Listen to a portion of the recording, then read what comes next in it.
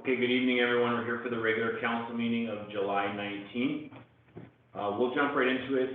We'll start with introductions, and then when we get to the public hearings, I will do a quick rule of order on how things are going to proceed. But starting with the introductions, we have with us Councillor Joel Lemoine. Evening. Councillor Shane Pelletier. Evening, everyone. Councillor CAO Mitch Duval. Evening. Myself, Mayor Chris Ewan. We have Councillor Janine Boulanger. Evening. Councillor Jason Bodnerchuk. Good evening. Our Assistant CEO Dominic Lemoine. Good evening.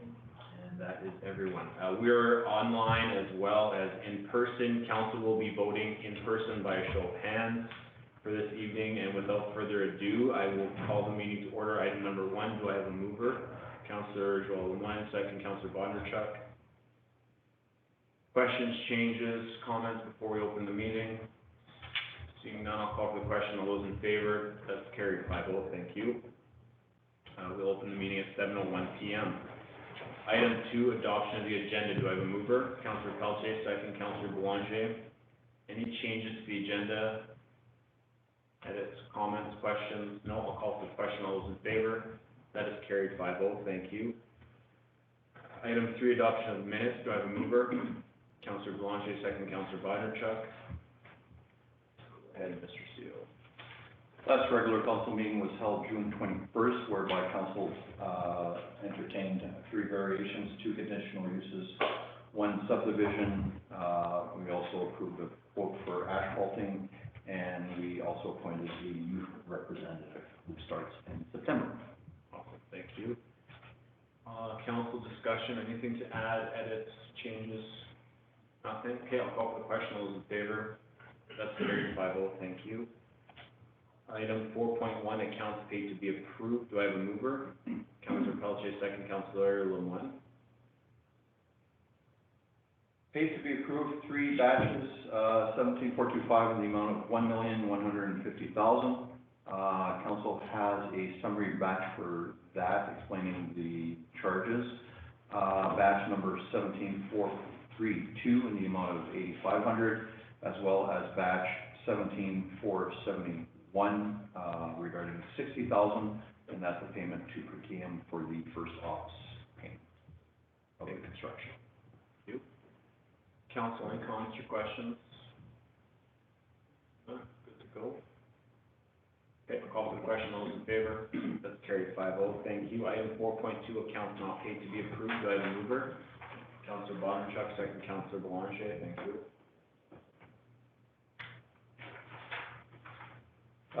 4 batches here. 1 is a water refund, $42, tax refund, $52, EST in the amount of $640, and batch 17476 in the amount of $409,000. And again, for that batch, a summary has been provided to council. Thank you, council. Any discussion? No, I'll call for the question. All those in favor? That's carried 5-0. Thank you. Item 4.2.1, council indemnities. Do I have a mover? Councillor Lemoine, second. Councillor Boulanger. Council indemnities for the month of June range from 9 hours to 24 hours, depending on how busy the councilors individually were. So I don't see a problem with the times. Thank you. Council, any comments or additions? No. I'll call for the question. All those in favor? That's carried 5-0. Thank you. Item 4.3, payroll to be approved. Do I have a mover? Councillor Bodnerchuk, second Councillor Pelletier. 2 payrolls for staff and public works, payroll 12 and 13. A little bit of overtime on 13 by public works. I believe that's Obank project related, as well as the second quarter for our fire department as well. Nothing to report yet. Council discussion. Seeing none, I'll call for the question. All those in favor? That's carried 5-0. Thank you. I think we're jumping right into public hearings now, so I will give a quick breakdown on how things are going to go right away. So we will call the item number up. The CEO will read some notices on that item, and then I will open the public hearing at X time. I will ask the applicant or presenter to make a presentation first, And then I will ask if there's anyone wishing to speak in favor, in person, then at that time you would raise your hand, I would call you up to the chair, you come and you just speak on favor. Then I would ask anyone wishing to speak in favor online or on the phone, at that time you would unmute your microphone and turn on your video if you can. If you can't turn on your video, that's fine, and just let us know your name at that time. And then I would go for anything received in favor, then I would go into anyone wishing to speak against. In person, same thing, raise your hand and we call you to the chair. Speak against online or on the phone, at that time you would again turn on your mic and your video, or unmute yourself from the phone, give us your name, and then you would go ahead. And then I will do one last call, online, on the phone, or in person, after we've read anything that was received for it. And then we will close the public hearing, and then that's council's time to debate. So any public engagement, please do so during the public hearing while it's open. I do ask for respect and kindness while this public hearing goes on. If you don't have an answer, that's fine, but please keep it to yourself. We need to be very ordered because we have quite a long list tonight, and we need to be out of here at a certain time. So without further ado, we will go to item 5.1.1 C16 2023 stagger rule. The proposal is to allow a general storage of fill in a agricultural limited AL zone. According to the Planning Act, notices have been served accordingly. Dominic, the screen's frozen.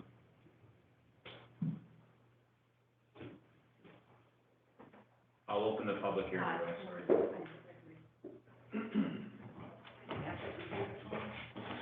I think we can still be heard, it's just really spotty, so we're just gonna pause before I open up the public hearing while our assistant CEO fixes it.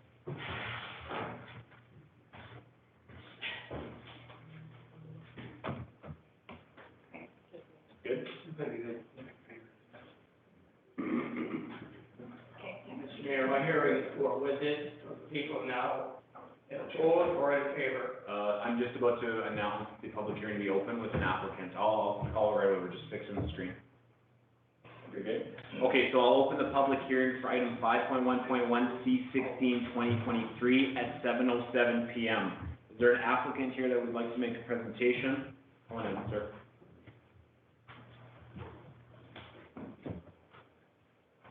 Thank you. Thank you, have a seat, yeah.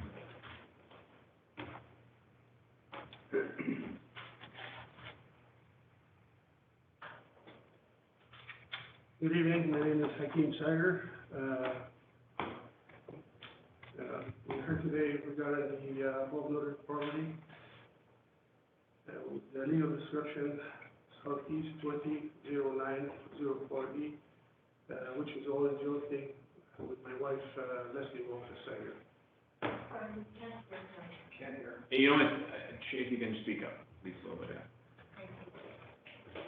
The purpose of this hearing is to allow for the storage of fill, which is money. One of the reasons for having a fill is, according to preliminary survey, we need to raise the property between 7 to 8 feet before we build anything in there. Opportunity presented itself, and I got the fill, and it's been there for a few years, and COVID came, and COVID put a wrench into things, and things don't work according to plan. There have been some concerns that have been raised in the past, and hasn't been raised to us, been raised through social media and that. And some of these concerns were raised about a year and a half ago, during the winter of 2021-2022, which is, as everybody knows, that winter has been lots of snow, lots of wind, and there's been lots of drifts. One day in question was March 13th, where there has been some complaints again to social media that the road in front of our property was completely drifted. That day, me and my wife, we came from overall from the east side, which is on Fourier, and that is about 3 miles east of the, where the plant is. And I have pictures in there, showing, shows the area there, shows, I believe, 40-year-old growth in there. We couldn't go through, this is 3 miles, there's no mud pile in there, there's nothing else. We had to go around, to OA 59. By the time we got there, the road was already being cleared. And actually, we spoke to one of the, like the grader operators, and according to him, that area has always been like that, even before the mud has been put in there. And again, we have the pictures there to do it. If you look, one of the last pictures, if you look, you can see that the trees are higher than the mud pile. So no matter what you do in there, unless you take down all the trees in there, there's always egress.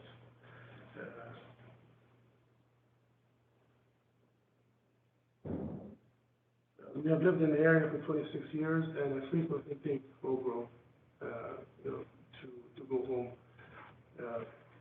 One door would be easier, but one door has a curb in it, and if there's wind and snow, that curb is almost filled up. So I usually take Oak Grove, and typically I have no problem. That year is different.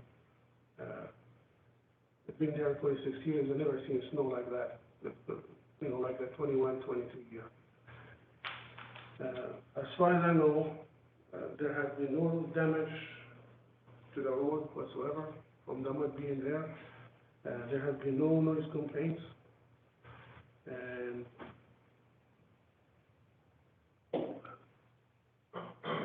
2022, the mud was only held from there like 3 days, which were August 31st, September 3rd, and September 8th. And this year was only 1 day, and that was the same day that the notice was served to us, which was May 26th.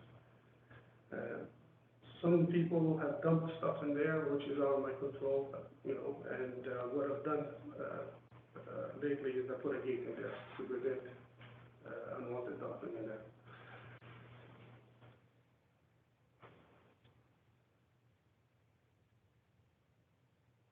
And again, we don't want any trouble with neighbors, we want anything else, and proposing that if we're allowed to, the work can be done between 7 in the morning and 7 in the evening, and weekdays, Monday to Friday, and 8 a.m. to 5 p.m. on weekends.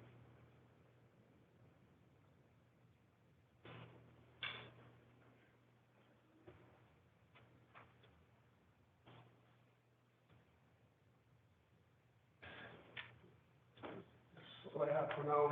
You can show the pictures there, I'm not sure if you can show it or not. Okay, council, I'll ask if there's any questions for the applicant, comments to make them at this time. Go ahead, Councilor Moore. Hi, I just have a few questions. I think one of the concerns was that it seems like some of the mud is being delivered there and then some is being taken away, almost like an operation going on where you're allowing mud to come and then maybe selling the mud. I don't know, it could be hearsay, but are you actually selling the mud, or is it? No, I'm not selling no. It's 100% for your purpose? It's for me, but there's an extra now, and I've given away some of it. You've given away some of it? Yes. And what's the purpose of giving it away? If you're bringing mud in to fill up your land, why would you give it away? Right now, I have quite a bit. You have too much? Yeah, and a friend of mine asked me for some, so I gave him some. Cool, okay. Do you have a construction schedule, like what's the plan? What's your? Yeah, that's what I stated earlier, like, the plan is to build a house in about a year or 2 years. In about a year or 2 years? Yeah, we were planning to build before COVID, but everything went down. And all that mud that you've got on there now is for the fill, to Yeah. build up your yard? Yeah. Do you anticipate any more fill needed for doing that? If you're giving it away, I guess, you've got enough, right? That would be the end of it? Yeah. But we don't know until we start. If we need more, then we need more. But that'll happen once you start building it up Yeah. and pushing it into place, right? But for now, it's pretty much, okay. Can I say something? I'm Leslie Wolfensteiger. So our intention is also to build a couple of other units, at the back of the property, closer to the river, so we will be building some sort of, driveway to the back of the property. So there's probably will be a need for more fill, but we don't know until we start probably laying some of that down. So I don't want to preclude that there and we expect to move either sometime next year. We're currently drawing up plans for, the property, either next year in 2024 or 2025, but I expect next year, 2024. Anything else, Councilor Pache? No, it's just a bit contradictory, you know, if you said you had too much, so you're giving it some to your friend, and now you might say that you might need some more, so it just isn't fit, you know, you don't know, that's Yeah. fine, so it's, okay. All right, no, I'm good. Okay, anything else from council? We're good for now. Okay, I appreciate it, thank you very much. Thank you. Any other questions?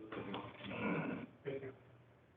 Okay, I'll now open up for anyone that wishes to speak, sorry, before I go ahead with that, I should have said this earlier, for all public hearings this evening, as chair, I made the decision to not read any letters out loud, but our administration team has compiled a list of the objections or in favor letters and some of the point form of those, so council has reviewed the letters, and CAO will read out the point form version of all letters, just because of the amount of letters that have come in, we don't have the time to read them all.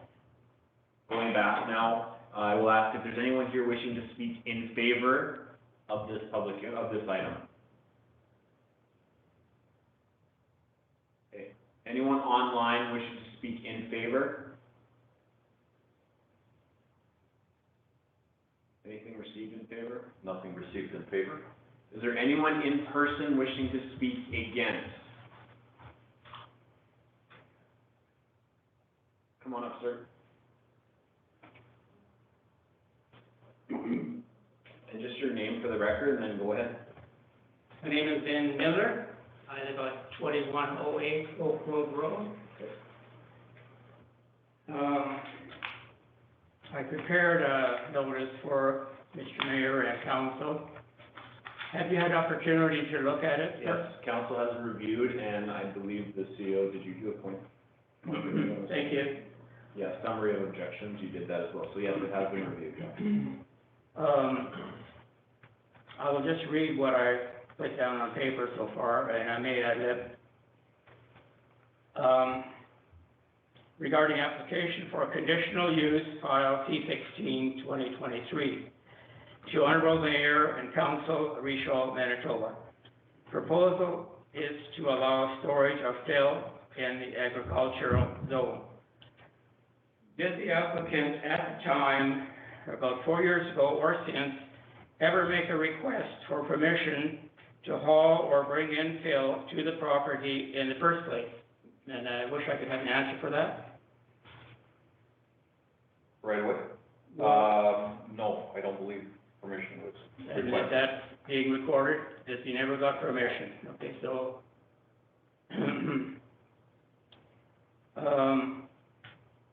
if so, that you were not, but if you were, why weren't we notified of the intent and the enormity of the project? So I understand they never asked for permission. We, the neighborhood, to my knowledge, were never notified or given opportunity to object what has become a problem due to the excessive truck traffic on this road and due to excessive snow buildup during the winter.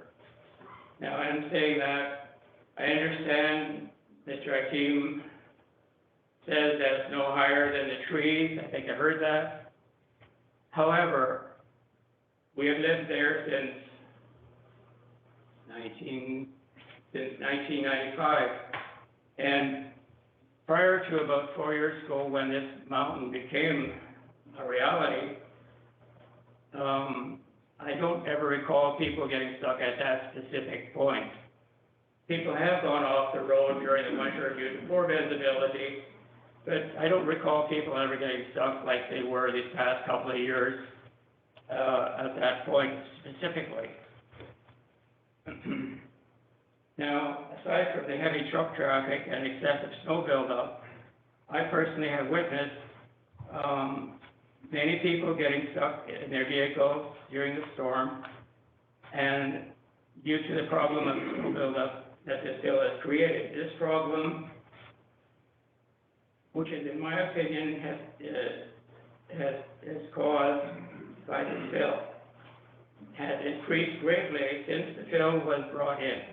My wife and I and family have lived at 2108 since 1995.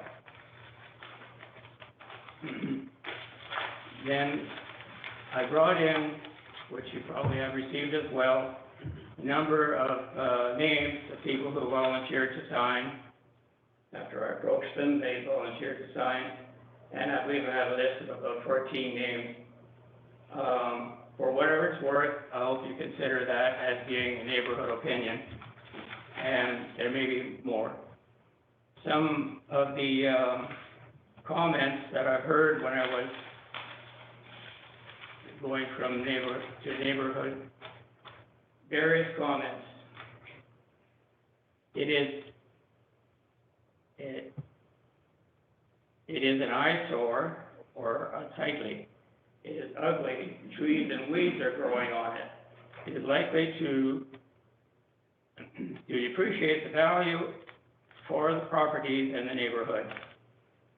It is causing road deterioration due to heavy trucks, constant use of the road, and an impact on the municipality costs due to more often snow clearing, etc., road maintenance, and therefore higher taxes. It causes snow to drop on the road, resulting people getting stuck, which I before said. And I had a comment saying that it is not known as clean fill, it is only written as fill. So, on top of that, it is my belief that it is not a storage area as such. My belief is that it is being used as a staging ground for somebody to bring in soil and take it whenever they can, get sale for soil, come back and get it out, and therefore it's almost like a continuous cycle of truck movement there. Thank you for your time. Is there any questions for? Thank you. Thank you very much. Thank you. Is there anyone else in person wishing to speak against? I do. Come on up.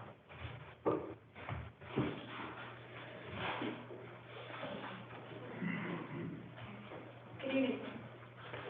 Just your name for the record, please. My name is Eileen Spurlock. I'm a resident of Richard. I live at 2285 Oak Grove Road. Thank you. I hadn't planned on speaking tonight. You received my letter in length, pretty self-explanatory, in point form. The one thing that I will bring to mention upon the applicant's word is the person that spoke to agreement. I'm getting nervous here, so I'm going to stutter. As far as I am aware, the parcels of land within that zone are not subdividable. That's what I have been told. Those 80-acre parcels are only so many acres. They're not allowed any more subdivisions, as far as I know. Or else that whole community would be all subdivided, which completely goes against the McDonald Shop Planning Commission, as far as I'm aware. That whole zone in between 59, Arnold, Prairie Grove, and Oak Grove up to Mondor, that is an agricultural sector. As far as I know, building fill into there destroys that agricultural production. That will never be replaced. That becomes dead earth. As far as my family has farmed for, and my husband's farmed since 1934. We have farmed many, many parcels of land in and around that area. We already have one dumping issue going on. We don't need another. There's no controlling that fill that goes in and out. Who's going to sit there and monitor it? Anybody? It's just, I have pictures to prove it. You drive by it, the fill itself is tucked up to the top of the evergreen trees. Who's going to see what they're bringing in there from the road? Anybody going to sit there and look at it? It's not clean fill. It's junk. It's got junk in it. Once that goes underground, you'll never get it back.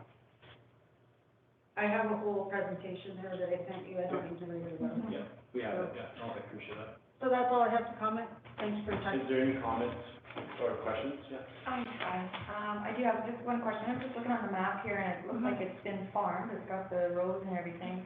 Do you know who farms it, or? No, I don't. It would have been a question. That's not here nor there, just. It's a rental, as far as I It's a know. rental. It used to be Tom Towns that owned it. I do not know who they sold it to and who rents it from them. But it is farmable. Oh, yeah. Oh, yeah, okay. Here it is. There's the pictures I took just yesterday of the hill, we've done it, it's at the top of the evergreen, as you can see going by. That is what drops the snow in, because that, even with trees, you're allowed a certain amount of flow, of airflow through that brings that blows the snow flat. This just prevents any of that, just drops it in there on the road. That's my opinion. That nobody asked the greater guy, he didn't know that. That's all the questions? Thank you, Ms. Burrell. Thank you. Anyone else in person wishing to speak against? Anyone online I'd like to say something that's not against us. okay, we're gonna come back and do one more round there, yeah. Okay. Anyone online or on the phone wishing to speak against? And I know we have some, letters that were received, and you've compiled a summary of objections, Mr. CEO. Yes, we've received 6 letter of objections from Swifcup, Johnson, Frenette, Nalin, and Miller. So basically, the road safety concerns during the winter for residents and emergency vehicles getting stuck, allowing commercial in residential, agricultural detrimental to property values, discourages further residential expansion, mud buildup on the road in the summer, especially when it rains, eyesore, truck traffic using Oak Grove, Coeur d'Alene, and Mont d'Or, concerns on whether it is clean fill or not, not possible of return to the original use of agricultural land, smell, area affected by runoff, leaching contaminants, including the same river, concerns whether this concept of dumping fits within the McDonald-Rechuck planning report, illegal dumping business destroying natural habitat, occurring natural stream that runs from Coeur d'Alene causing ditches to have stagnant water, no dirt has ever been used to build up property, excessive truck traffic on the road. Along with the letters, there were also several questions. So those are, where is it coming from? Who is going to monitor this? Has Manitoba Conservation been made aware of the possible silt and other debris entering the waterways? What about contamination of the water table and wells? Does the concept fit with the McDonald-Rechuck planning report? Does the applicant ever request for permission to haul or bring fill into the property in the first place? Did mayor or council at the time give them permission? Thank you, Mr. CEO. Okay, at this time, I will now ask if there's anyone wishing to make any general comments, speak in favor or against, in person, online, or on the phone. I believe. Yeah, I'm Leslie. Yeah, go ahead. Yes, Leslie Wolfstag. So I'm owner of the property. So just a couple of comments that I wanted to address. I've lived in that area since 1984, so what does that make? Almost 40 years. And maybe you can tell me, maybe we erred on this. But I didn't know that you needed to get a permit to get fill delivered to your yard. So for example, when I built my second house on Poirier Road, we had to build it up 7 feet. And we got, well, Ray talked in for us, we got hundreds of loads, and we were never told, and I know it's a different municipality, but we were completely unaware that you had to get a permit to truck and fill to build up your lot.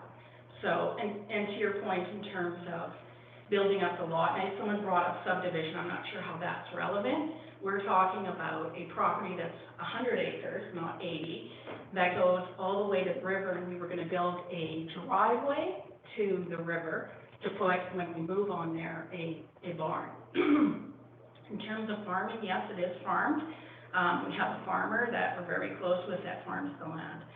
So that is, and that's what we intend to do when we move out there, is to have a hobby farm and a few other side hustles in terms of, flower farm and stuff like that too. So, it is, and there's an inordinate amount, we got someone to come up from the municipality, I can't remember if it's municipality, but to tell us how high we have to build up the house. And so if you build a 3,000 square foot house, the area around that and any other buildings will have to be built up. So it's gonna be an enormous amount. In terms of the fill, it's all cleaned. It's nowhere near the waterway. It's very far from the Seine River. And of course, we would be concerned about that too. That's gonna be our home.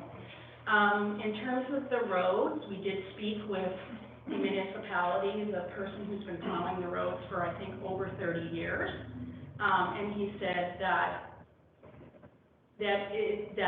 year was an anomaly, and that there are no other issues with respect to the buildup of the snow and stuff like that. But that year was an anomaly, and I know I live on Poirier Road. It was a nightmare. Many days couldn't get out of my house.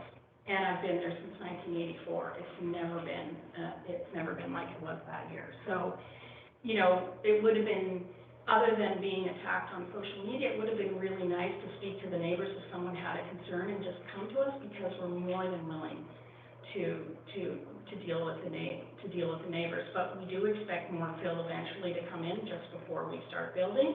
And we are, you know, and if it means maybe not with that pile, but as soon as that we have an opportunity, we're going to build that driveway to the back and start around where the house is going to be, close to where that pile is right now, so not too far. So I wouldn't want to move that pile. But eventually, if we're going to be bringing more in, you know, maybe we can look at alternatives so it's out of eyesight for people. But again, it's all clean fill and very clear on that. We've had opportunities to bring in other fill that could have come from disturbed locations, and we said absolutely not. So the fill is completely clean, and we made sure of that, because we're going to be living there, and I'm going to have a hobby farm on that, and I don't want anything pollutant in terms of that. But I just wanted to address that in terms of subdivision. I'm not sure why that's come up, because that's not the intent of the fill, to build up other lots. That's not what we're doing with this. That's for our own personal use, for our home. Thank you. Any questions from council? Yes, I have a question. Yep, I think the subdivision came from yourself. You had mentioned that word came out when you mentioned the driveway and building up, because you want to subdivide it to put more, to build up the land. So maybe we just misheard, but that's. No, it will be to full transparency, it will be our intention to subdivide off a couple of lots for our family closer to the other end, but it's not our intention to subdivide that. We've been approached by a few companies to take that entire lot and legally try to make it into a small subdivision. We're not interested in that. That's going to be our hobby farm and our home. So we are in the future going to be looking to subdivide off, you know, maybe 4 lots for our children, but not to subdivide that in terms of Okay. yeah. I think the biggest, issue that everybody has is just the location. Like if it was, I know you said you want to build your house there, because you didn't want to move them on, but the lot is, you got 100 acres, like, if the pile was behind the trees, or even further, we wouldn't be here tonight. You know, is there any way, and I think maybe there was an indication that you were going to move it at one point, and it didn't get moved. Yeah. So I think people are just unsteady and unsure of what the intent is, because if that pile could be moved, I think everybody would be happy. So I'm thinking, like I said, we were gonna build just before COVID. That went on hold, and the prices of lumber went, like, skyrocketed. We've already got plans drawn up in terms of our home that we're going to be building. I think the issue is the cost to move it just behind the trees. I would say going forward, like, we do rent out that land for farming to a gentleman right now that has been doing it with Mr. Town, who used to own the property. So we continued on that relationship with the intention that once we move on it, that's probably going to evaporate, because we're going to, you know, retire and become hobby farmers on that ourselves. If there's any new fill, once the crop is removed, I would say, yeah, let's put it behind the trees. And then the farmer will know that if next year, if we're not building by the spring, and if it's gonna be the fall, and he can plant his crop for that year, that any new field coming the fall, once he's removed his crop, we can put it behind the trees, absolutely. Because the bill is not in the way, like it's, Ray, I'll just, if you wanna speak after Leslie, I'll get you to come up, sorry. Yeah, so absolutely, and, yeah, absolutely, we can move that behind there. Okay, Yeah, thank you. okay. Appreciate it. Thanks. Did you wanna speak? Yeah, come on.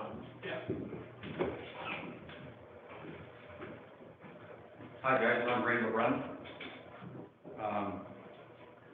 I'm here today, I brought all that dirt for Akeem back in 2017, because we're doing a job at Sage Creek, and I needed a place to dump it, so now Akeem, I knew that Akeem was gonna build a house, and they're talking about this venue thing, and for a wedding venue back in the day, so he needed a lot of fill.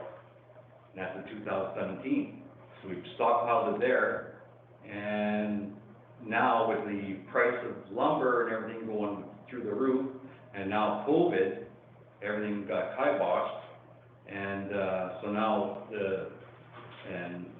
now we had the dirt there, but then we didn't have a gate at the time, but guys are starting to dump illegally in there.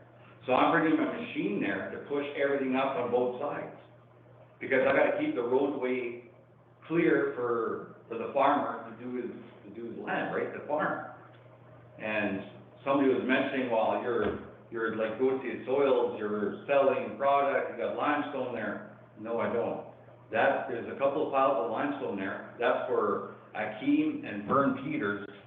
That's for the roadway, when it gets soft, I put that on the roadway, so Vern can go in the field, and Akeem's got beehives. So he's gotta go on a nice pad, you don't go in mud all the time. So I keep it clean, so these guys are dumping illegally, so I have to go with the cat and push everything up. So that's the reason why, and now, they're not gonna be building this wedding venue, so now they got too much excess dirt now. So what it is that they have too much dirt, I asked Akeem, if you want me to start, he said, sure, go ahead, take some out. So then when he has, because now he's got too much for his, to build for a pad for his house in the future. Like, Leslie was saying, 2024 or 2025, I'm not hauling it all out, I'm gonna keep lots of it there, but now we put a gate so nobody can haul material back in now. So now all I'm just gonna do is haul a little bit out, make sure they have enough for their pad, for their house. And, because Ben was saying, Mr. Miller here was saying that, well, truck traffic and this and that, well, there's truck traffic everywhere, as you guys know that. I work for the municipality, I haul mud for you guys. There's truck traffic everywhere nowadays. Developments being built, you know, you can't fly the material in to build a house. You can't fly the material in to put a pad. You gotta drive on the roads, what else can we do? Can't do nothing about it. And it's not like I'm working there every day. Akeem documented, this year I only hauled one day out of there. The rest of the time I was there with the cat pushing it up because people were dumping illegally. So now we put a gate with a chain, so that's gonna stop now, so there's no more material going in. Until if they need more dirt, if that is, then they're gonna bring some more in, but other than that, no. And then, screwing up the roads with the heavy trucks, like I said, it's not just myself, it's Gauthier Soils use it every day to go to their shop. I use it to go to my shop, or if I'm hauling, I don't run a business there, I run out of Lorette, that's where my shop is. And I haul from there steady. What do? I cut across, I get Oak Grove, and then get 59 and go to send off to haul dirt, or whatever I'm doing. And, another thing, Mrs. Werlach was saying, what's the name, Beaver Sewer and Water's been hauling at their farm, and they've been hauling hydrovac stuff, which is liquid, and nobody says anything about that. We just have dirt, and if there's concrete in in the dirt pile, if somebody was dumping illegally, I would take it and I would haul it away. I wouldn't leave it there. Like right now, I think there's a plastic edging in one of the piles. So again, I have to go in there, take that out and haul it out. This is all under my cost, you know? Like that team helps me out once in a while, but I mean, you know what I'm saying? I'm not doing, just, not making money at it. You know, and going back to the snow thing about the piles of snow, wow. You go 3 miles east of where that ambulance and stuff that got stuck. Go 3 miles east, just past Fourier Road, right by the golf course, Shamrock. People are getting stuck there left and right on the same day because the winds, and I talked to the grader operator 30 years ago, and I know who it is, I'm not gonna mention names, and he says it's nothing to do with your pile of dirt that's making, it was just a horrific winter. It was blowing from the north, blowing from the south. It was just unbelievable. You guys hauled snow from, Grand Point for a whole week solid because it was flood solid. Same thing. And there's no big pile of mud there. You know, like, that's what I'm saying. I appreciate the comments. Council, do you have any questions for Mr. O'Brien? Just back to the dirt comment, so is there dirt, so there's enough dirt for the mound? For the Oh, house, yeah. But is there a road that leads to the half-mile road to the house? No. Is there dirt to that? No, so the house will be close to where the dirt pile is now. It's gonna be very close, it's gonna be right behind it, behind the tree. Okay. The road not the road, the driveway, I'm gonna call it driveway, because it's only gonna be accessible by us, who are the Yep. property owners, to the same river Yep, will be by us, and that's where we're probably going to be, and we don't know until we start, how wide does it have to be, how high does okay, it have the to house be? is in the back. It's gonna go all the way to the same river, because we're gonna wanna put a barn there, close to it, so that's the intent. Yeah, you got something? So right now, to my calculation, they have too much dirt, so we gotta haul it out whenever I need the dirt, but right now, like I said, they documented it, and I only hauled that one day, and I got shut down by the commissioner on May 26th. And then last year, I was so busy in the flood, as you guys know, that I only went in there for 3 days, that was in September. And the only other time is me pushing up, because people were dumping illegally. That's the only time, and I'd be going in there at night to start pushing. So, yeah, that's all I got to say. And I even talked to your current grader operator, which is, you know who it is, in that ward. He was saying it has nothing to do with the dirt. It was just one of those winters, that it was just a bad winter. And it was in the papers, it was one of the worst winters in Winnipeg history for snow and all the wind, so that's why it got plugged up. Okay, I appreciate the comments. Council, any other final questions? Mr. LeBrun? No? Thank you, Ray, I appreciate it. Okay, no problem. Thank you. I think there was a hand up before I close the public hearing. Did you want to say anything else? I keep these, I need to put them right behind me if I can, that's one of the reasons, there's a shop back there as well. Okay. Okay. Okay, I'm gonna close the public hearing because we have to continue on, so I'll close the public hearing at 7:43 PM. Do I have a mover? Councilor Belanger, second, Councilor Lemoine.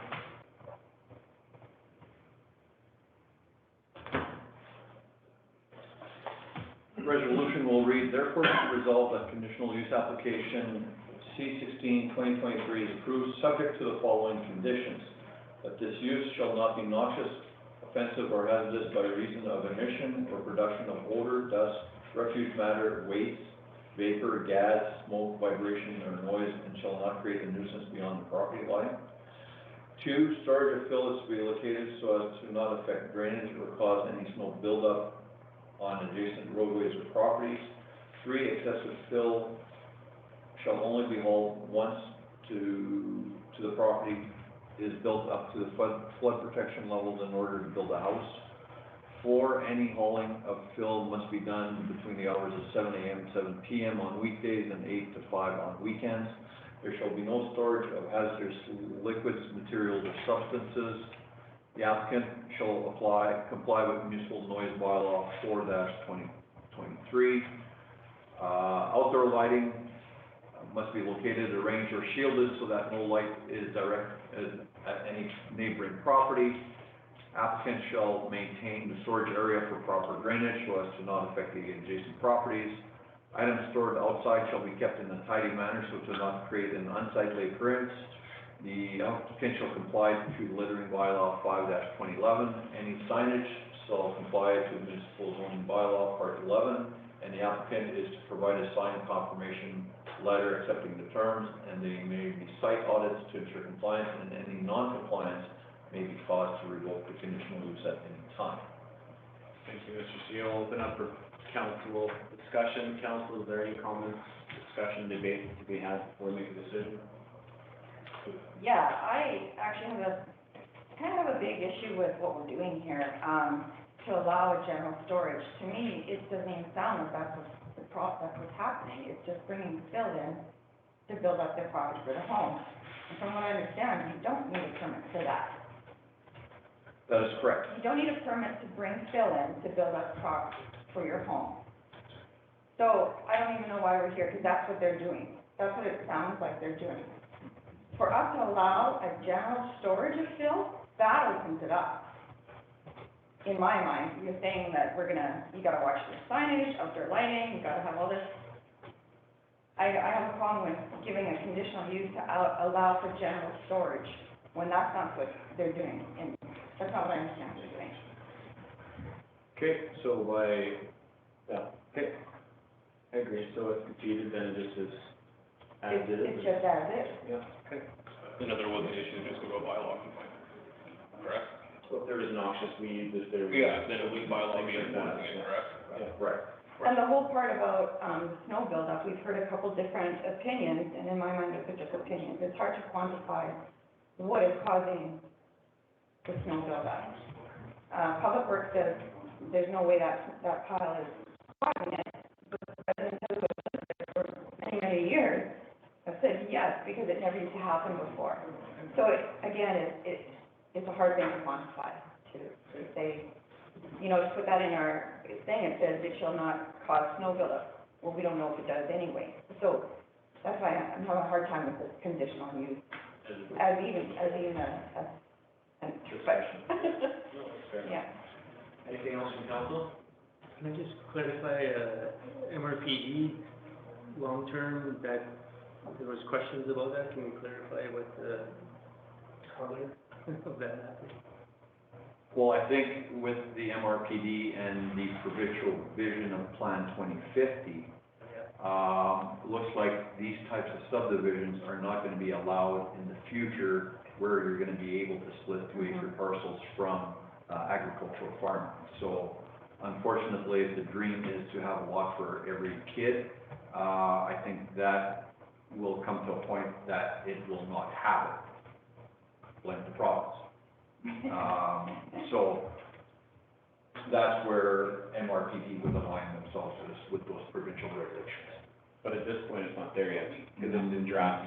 No, that is, I'm just, It is also an agricultural limited zone, so any house or home requires a conditional use as well. And I don't know if the applicant and the truck hauler knows, but there's also been changes to flood protection levels from 1 in 100 to 1 in 200 year flood levels. So you're gonna need more than what is anticipated, so I don't know what is there now, but I was on vacation, I was not participating at the planning info, so this is kind of twisting me around as well. Okay. Say we defeat this conditional use, and we know that probably more fill will be needed because it's Plan 2050. How can we now regulate that to push into, not 2050, sorry. Sorry. It's just like, what she's talking about. Is there any way for us to, monitor that any additional fill is now pushed in further, so it doesn't cause any more damage than it's already done to the conditions of the area? Short answer, no. Unless you pay somebody to sit at the gate Yeah. and monitor, otherwise, no. Okay. Right? But this doesn't do it anyway, this is actual, in my opinion, if we allow this conditional use, that just opens it up. Well, it does, because the Yeah. conditional use is for Storing stuff. storing fill, and that becomes a business where you're trucking in and out and in and out. Yeah. Where is the fill coming from, where is it going to, all sorts of different questions, which appears not to be the case. Anything else from council? I think the problems are the optics on it being an in and an out right now, which doesn't fit with bringing in fill for my property. I get your point on that. But the intent, if you're gonna be building up your land, is to put the dirt where your land is gonna be built up. This would skew that definition a little bit and I know it's convenient for the farmer that rents the property, but, if we defeat this, I don't know how we do a condition on it that any new fill needs to be put where the house is gonna be, or start the driveway. But this doesn't stop them from doing that either. Though this invites more dirt. Yeah. Yeah. Legally.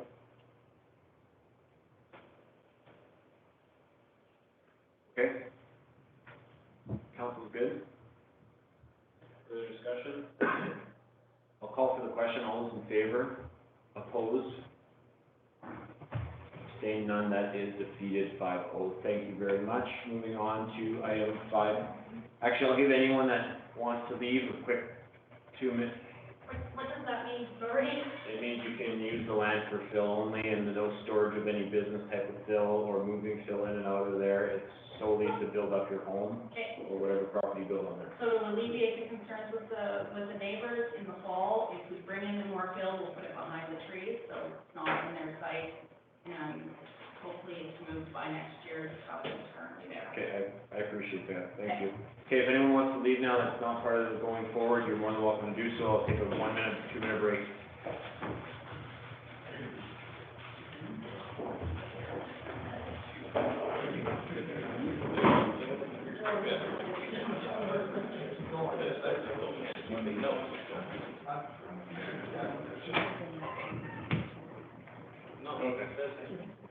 Yeah.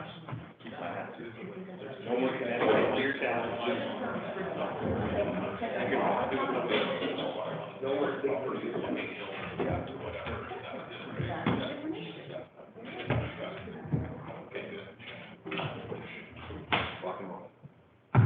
Council's good? Okay, unfortunately, we'll be a 2 minute break. Yeah, we have to keep going here. I feel like we will, move on to 5.1.2, C17, 2023, Dirksen, 1594 Falk Road. The proposal is to allow a net increase of 29.5 animal units for a total of 142 animal units in an agricultural general zone and a limited livestock management area. The animal units will consist of 25 beef cattle, 42 layer hens, and 75 broilers. All those numbers are animal units. Thank you. I'll open the public hearing at 7:54 PM. Is there any applicants here wishing to make presentation? Come on up, sir. Good evening. My name is Don Dirksen. I'm living at 1594 Fall Road. I've been there 47 out of my 54 years. Third generation farmer. As stated, we are simply shifting our operation to broilers, reducing layers for reasons I won't get into. Beef cattle, we can reduce that because that dream faded, simply put. And so, in order to keep the farm feasible, we have the misfortune or fortune of selling the municipality land to build lagoons. So, just trying to stay in business. We do what it amounts to. It's not a big increase, it's a family farm, my son wants to take over, so. That's about all I have to say. Appreciate that. Any questions for the applicant? No? That's it. Thank you. Anyone wishing to speak in favor in person? Anyone wishing to speak in favor online or on the phone? Anything received in favor? Nothing received? Anyone wishing to speak against in person? Anyone wishing to speak against online or on the phone? Anything received? Nothing received? One final call for any comments, general questions, speak in favor, or against, online, on the phone, or in person. Seeing none, I'll close the public hearing at 7:55 PM. Do I have a mover? Councilor Pelletier, second. Councilor Wynn. Therefore, be resolved that conditional use application C-17/2023 is approved subject to the following conditions: that the applicant shall meet all required separation set distances for livestock operations, according to table 10-3 of our zoning bylaw. Any proposed construction shall require a building permit from the appropriate authorities, and the applicant shall sign a confirmation letter accepting terms, and there may be site audits to ensure compliance, and non-compliance may cause revoke of the conditional use at any time. Thank you. I'll open up for council discussion or debate. Council, do you have anything to add? Oh, looks good, looking forward to it. Never had an issue with your farmers. I think it's a great project. Good for them. Okay. Change direction, yeah. Okay, I'll call for the question. All those in favor? That's carried 5-0. Thank you very much. You're more than welcome to stay for the show or continue on your way.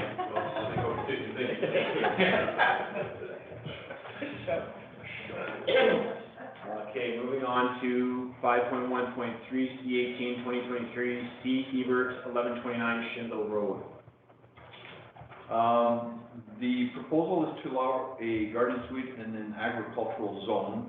As well, there is on the agenda, V12, as part of 5.2.1, which is regarding a variation for the square footage. That variation could be, taken off the agenda, as it is a minor variation, and administration will deal with it at our end, so it doesn't have to go to a public hearing, but the conditional use does. Okay, council, you're good with removing 5.2.1, we don't need to do a second public hearing, and we can remove it from the agenda as, Yeah. okay, fine, that's CO, thank you, okay. You good, everything? Yep. Okay, I'll open the public hearing at 7:57 PM. Is there an applicant that would like to make any presentation or comments? That would be my property. Come on up. Go ahead. Yeah, we're simply applying for a garden suite. You see that the location 1129 meets the requirements for one of these. Our neighbor does also put one up fairly recently, just down at the end of our driveway. In this case, it's something where myself and my partner are having a child. We both have our own businesses. So something like this, especially as my sister already does some bookkeeping for my own business.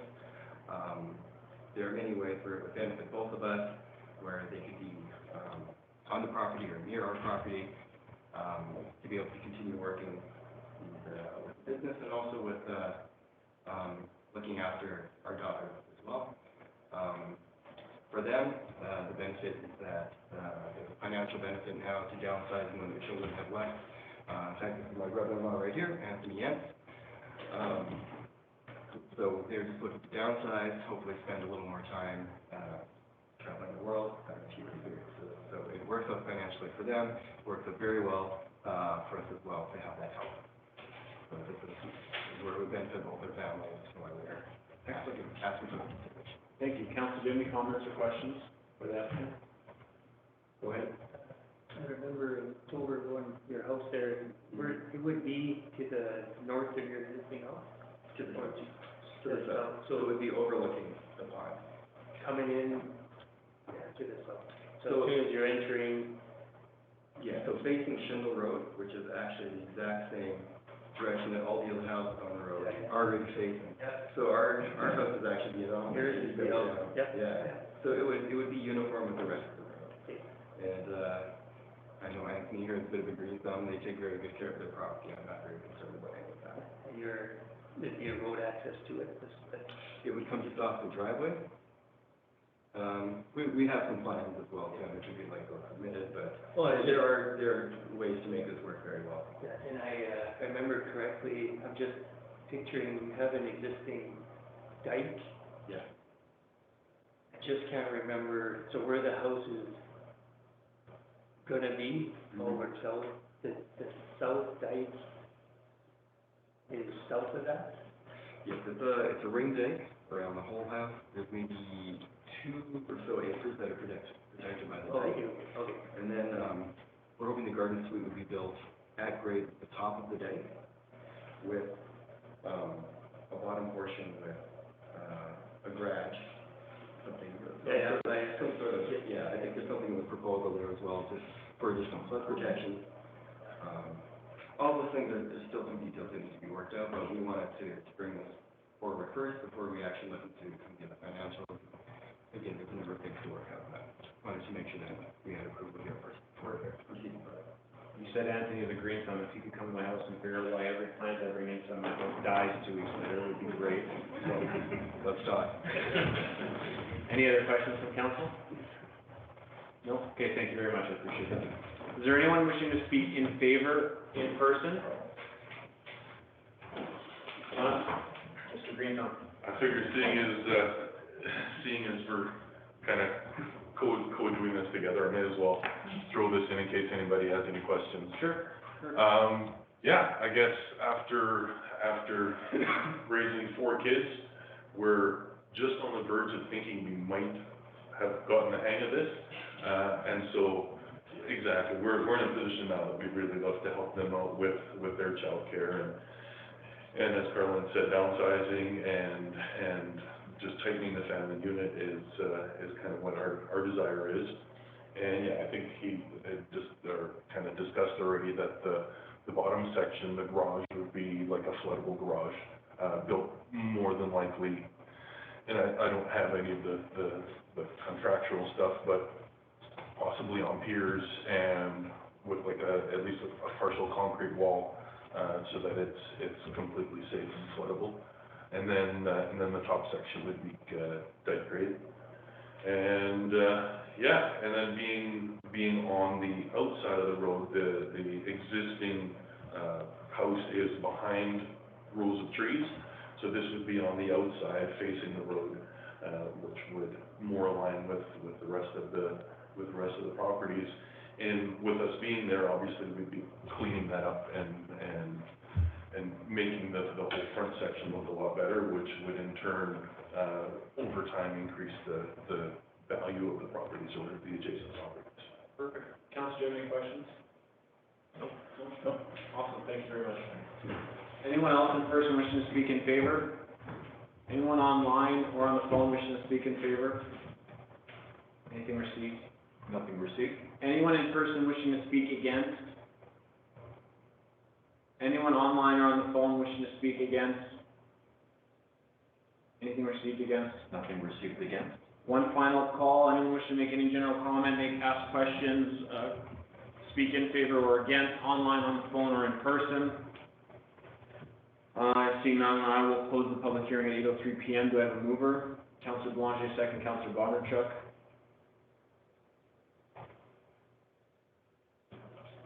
Resolution will read, therefore be resolved that conditional use application C-18-2023 is approved subject to the following conditions.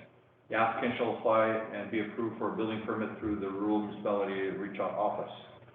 2, that the appropriate permits and approvals must be obtained from Manitoba Environmental Compliance and Enforcement Branch for water and wastewater management. 3, that the appropriate flood level elevation permits must be obtained for the garden suite. 4, the garden suite shall comply with zoning bylaw 9-2019, section 5.5, unless prohibited by variation orders obtained from council. 5, the garden suite must be connected to the existing hydro, water, and septic system. 6, the garden suite shall not be rented out to the general public at any time. And 7, the applicant shall sign a confirmation letter accepting the terms, and there may be site audits to ensure compliance, and non-compliance issues may be caused to revoke the conditional use. Thank you. I'll open up to council discussion, debate. Council, anything to add, make comment on? We can remove number 5. The verification must be connected. No, Must not. no garden suite shall comply. May any additional comments to be made regarding that last statement? Usually not after we close the public hearing. With the zoning.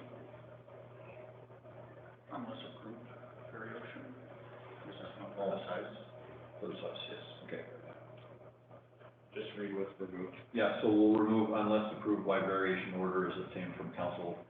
It's not from council, it would be from administration, so. Could remove that from there. Okay, thank you. Does council want to entertain what the applicant wanted to ask? You're okay with Yeah, that? okay. Sure, did you have a question? Oh, I was just gonna mention here, kind of like a few solutions that are environmentally friendly and sustainable, in terms of solar on the house, maybe only having one or two circuits that are there at the back of heating in the winter. There's also another environmental waste management system that we're gonna, we'll look at all of that, of course, it will be much faster as well too. But I just wanted to make sure that these restrictions can be discussed as we move forward. Everybody's still very Mr. Sue? Yes. Yes. Thank you very much. Okay. Okay, no, I just want to make a comment that, again, these are fabulous ideas. In my opinion, I'd like to see none of these. I think it's a great use of land with affordable housing, not being affordable housing anymore. It's a great solution. My 2 cents. And I was gonna ask about the flood levels, but that's in the conditions, like it's got to, because this dike might not be at 200-year level. Yeah, okay. Anything else? Your worship probably has windows that block UV, that's why your plant's dead. or could, not watering. Water, No water, no light, yeah. Your worship, well played. Okay, I will call for the question, all those in favor? That's carried by vote, thank you. Next up, His Worship's master class on water and finance. Item 5.1.4, sorry, I'll let you guys go. Thank you very much. 5.1.4, C20, 2023, Nelson River Construction, RL 533, Senegat.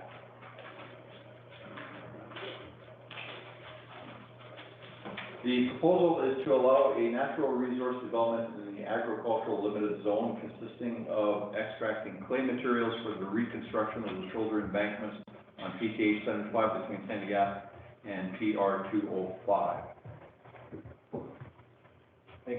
Thank you. I will open the public hearing at 8:07 PM. I will make a quick comment here that council would like to table this and move it to the next meeting date of, what's the date, Mr. CEO? 16th. August 16th? August 16th, 2023. For reasons are, we need a little bit more information from the construction company. I believe they're doing a geotechnical report, and council will review that, and then we'll make a decision then.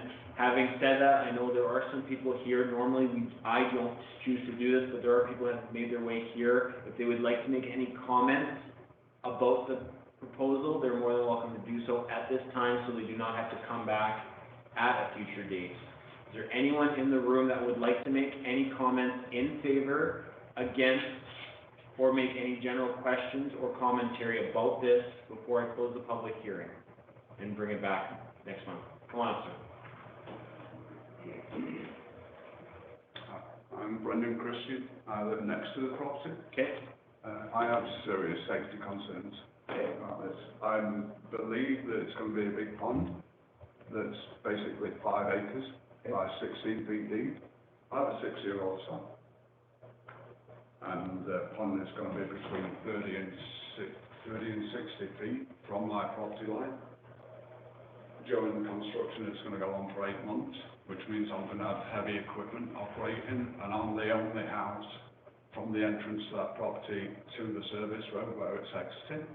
So still same thing, noise, everything else. It's going on for 6 days a week, minimum, with the possibility of Sundays as well.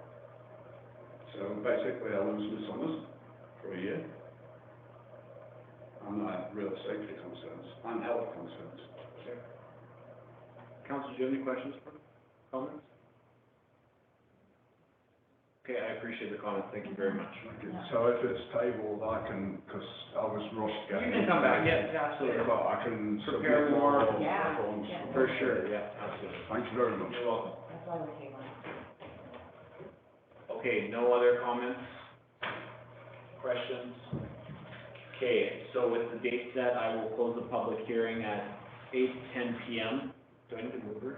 No, no resolution, it will be tabled to the next Thank you. meeting. So we table to the next meeting.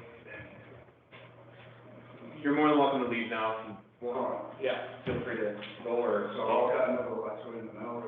No, there won't be another notice because we've already set this one, we're just moving it to a later date. So I've given the date and the time is again 7 PM as a regular council meeting for August 16th, 2023. That's when you need to be here to make any presentation. Sounds good? Thank you very much. Thank you. What I'll do is I'll remind staff to send you a notification as a reminder. Oh, that's fine, I got it. I'm not gonna miss that. Thank you. Okay, moving on to 5.2.1 has been removed, and moving on to 5.2.2 V13, 2023 Robson, 423 Prairie Acres Bay. Before we open that public hearing, is council okay to continue? Do you need a 1-minute break? I thought so. Okay, we'll get a 2-minute break. Yeah.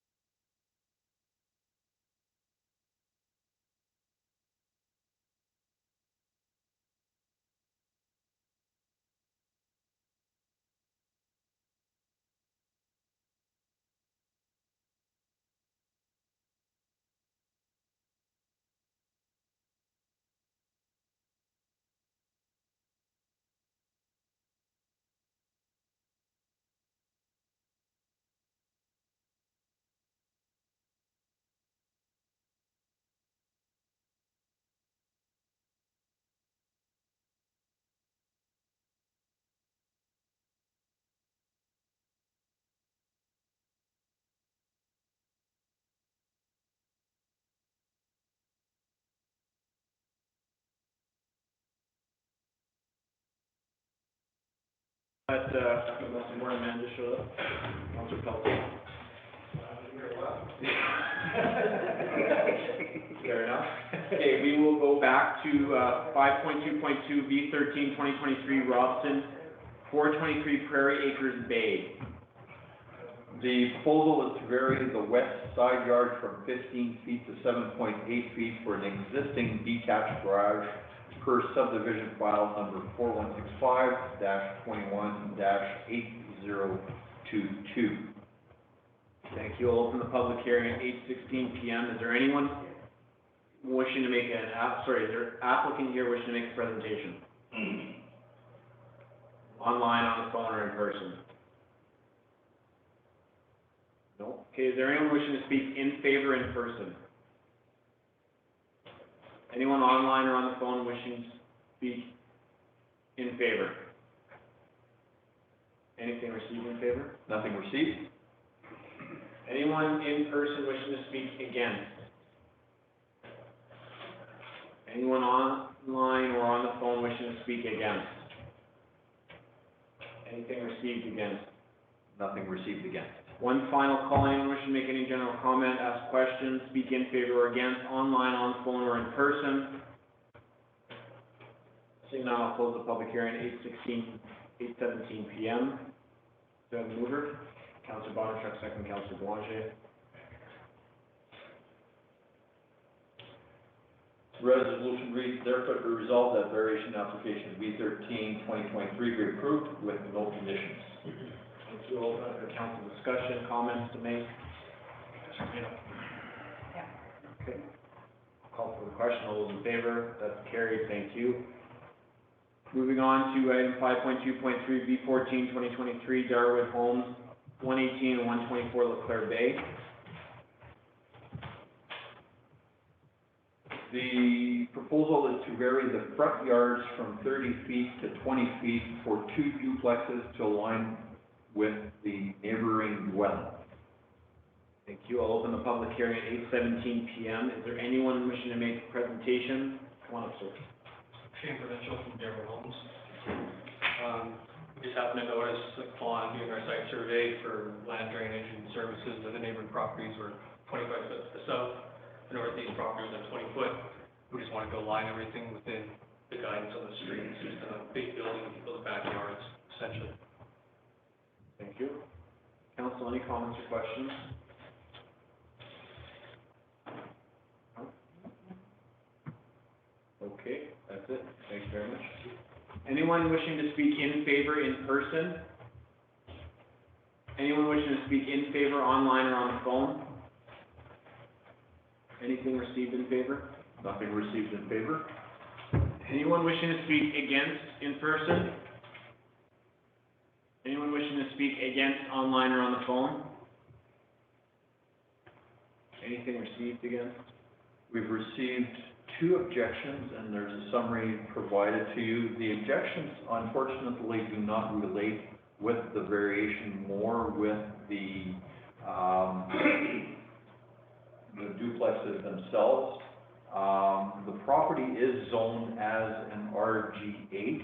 It's been zoned like that for quite a while, and in a RG8 designation, duplexes or two-family home dwellings are a permitted use. So basically, all the applicant needs is a variation as he's trying to line it up with the neighborhood,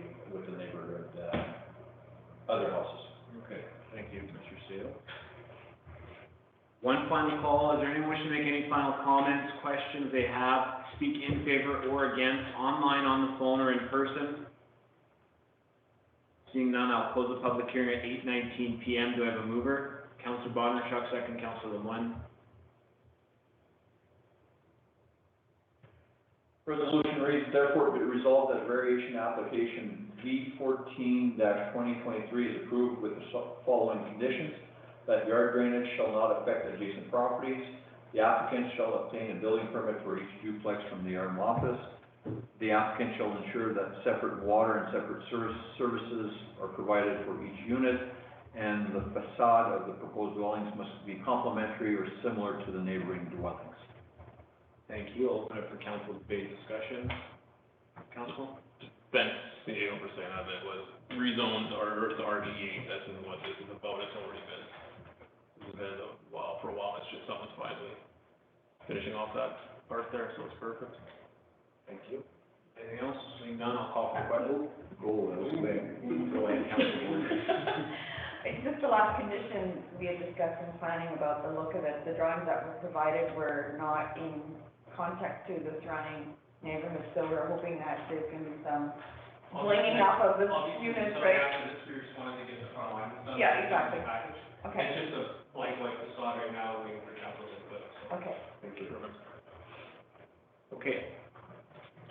I'll call for the question, all those in favor? That is carried by vote, thank you. Moving on to, thank you very much. Moving on to 5.3.1, bylaw 10/2023, public hearing. So, bylaw is to rezone, I'll find this here, is to, the general intent of the bylaw is to amend zoning maps 1 and 4 of our zoning bylaw to reflect the rezoning of an affected area of land from agricultural limited zone to residential general 8,000 zone for the purpose of building a multi-family development. The affected area is 2.8 acres.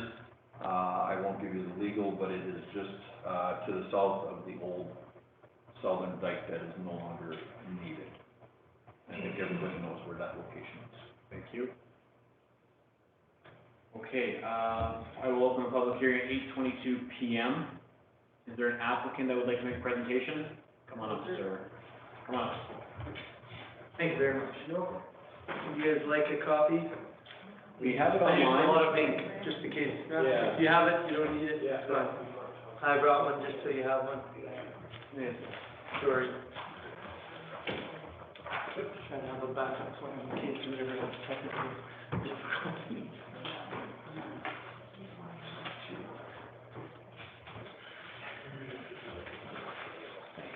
And this is the exact same one as online, Luke? You got it, yes, sir. Okay, thank you. Yeah. Good. Go ahead. All right, my name's Luke Weed. Thanks for having me. Really appreciate all of what you do and the process here. Thank you very much for your time and allowing me to present today. So yeah, as Mr. CEO Mitch referred to, the PR 200 development there just south of the old dike. I'm Luke Weed with Kingdom Home Building Inc. I'm a developer. I build multifamily apartment buildings. I have a bit of an overview here. I'll try to keep it to the point here. The outline of topics are the community features and benefits, site plan overview, some Q&As that I believe may be asked, company track record, and a bit of a conclusion. So third slide, please. Providing a high-quality luxury rental experience, that's our vision for this land, to create a development with more amenities and a higher quality rental experience. The demand in the rental market from former homeowners, retirees, semi-retired, and professionals has grown exponentially over the past 10 years. With the baby boomer population retired or in early stages of retirement, we don't see this slowing down anytime soon. This development will also allow many members of the St. Adolphe and surrounding area community to downsize or upgrade without having to buy a home or move outside the community. Next slide, please. Some of the ideas you'll see here in the next 4 slides are just some concept ideas. I'm not going to guarantee that everyone or a certain one would be done, but these are some ideas and vision that I have. Some of these items I've never done yet in any of my smaller complexes that I've seen done in Winnipeg and other cities across Canada, however, not so much in the smaller communities, and I believe they'd be of value to people. So what I'd normally do is do an online survey and actually survey all the residents in and around the community as well as the city to see if they're interested in the development and which items they prefer over others, and kind of see what the percentages are and go off of that. Life is busy, and we feel that many people who choose to live in an apartment can enjoy fresh herbs and vegetables, not to mention the benefits of gardening itself. Our vision is to allow room to create some garden plots throughout the property for residents to enjoy. My father, who's here tonight, actually mentioned my auntie who lives in Saskatoon, lives in a building similar size to this, and they actually have garden boxes, and I didn't know this before coming here, but he said she just loves it, so I think it's a cool thing. Next slide, please. Swimming pool and hot tub. I've seen this also done in Winnipeg. It's surprising, but if you build an in-ground pool with efficiency in mind, if you have enough people, then it can make sense. They used to do it. They did one at Steinbach years ago across from the high school, and I've never seen any in-ground pool in Steinbach in any apartment. However, I believe it's often just because of the economy of scale. It costs too much for a 20 or 25 unit apartment complex. However, when you get larger numbers, then it can make sense, and I think people would really love that. So yeah, the benefits of the swimming pool and hot tub, as we can all imagine, social interaction, that's important, relaxation, stress relief, aerobics, and other low-impact exercises. It's a fun way, obviously, to enjoy our beautiful summers. As short as they may be, it's a good time, and it can help past injuries and joint discomfort, build strength and fitness, increase cardiovascular strength. Hot tubbing in winter is really nice. I enjoy that. I think a lot of folks here would too. So, next slide, please.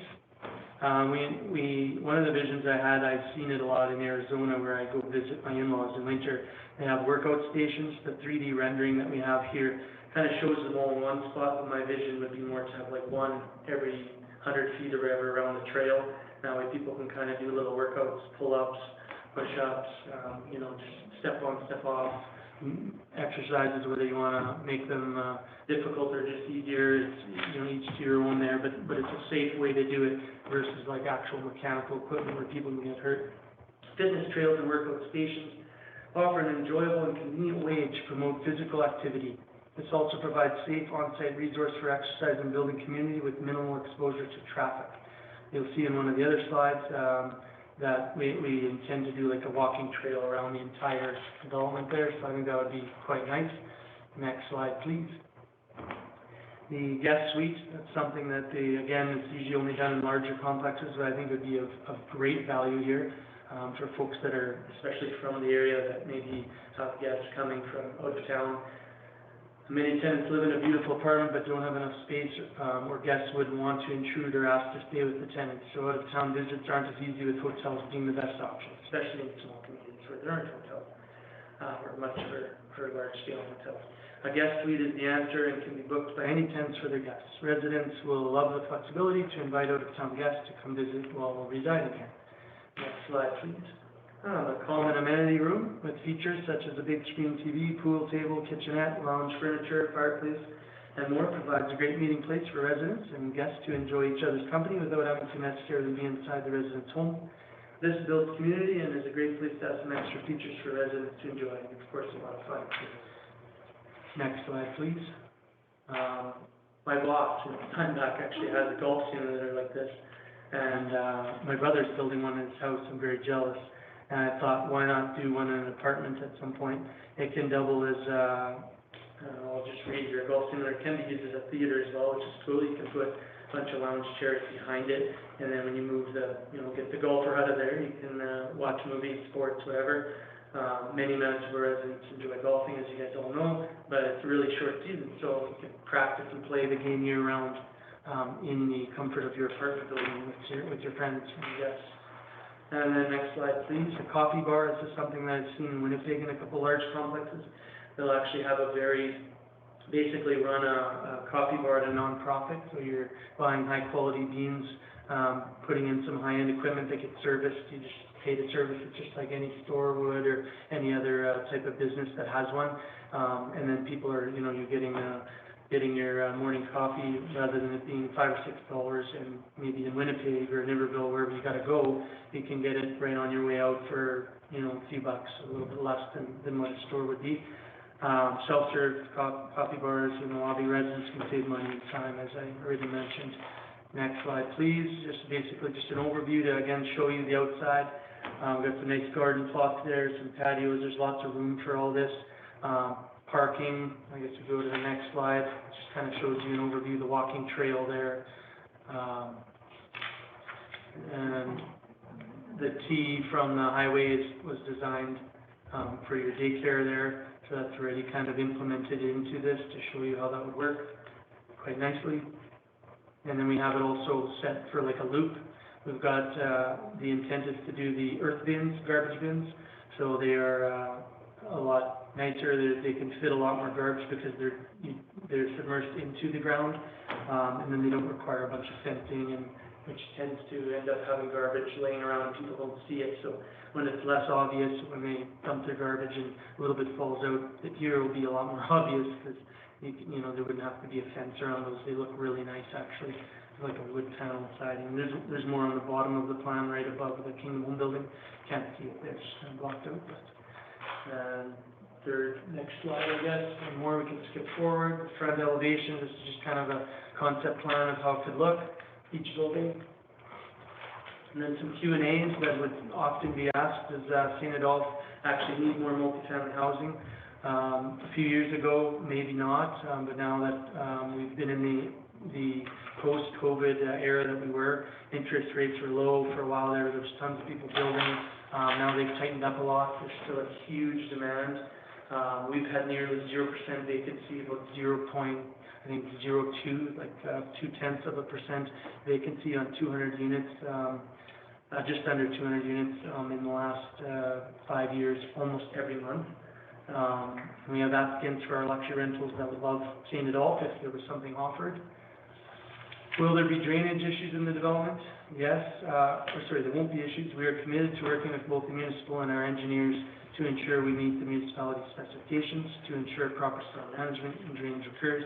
That's something that you as a council and your administration, you already take care of that and impose those very important guidelines on builders and developers. So that's something that more, I'm just reading it more for the public, that they know that rest assured, you guys always do your job to make sure that we're doing our job, right? So we have no issues complying to all that. And how about traffic issues? And I would just kind of like to point out that, yeah, given the PR 200 is a provincial highway, I spoke to highways, they're not against this. It's designed to withstand the Truant Creek development as well as traffic to and from St. Adolphe. We don't foresee this being an issue that this highway isn't designed for. Will there be any affordable options? Yes, this development has been designed to accommodate some smaller studio and one-bedroom style units to help provide a more affordable option for those looking to downsize, whether to save money or to simplify their lives.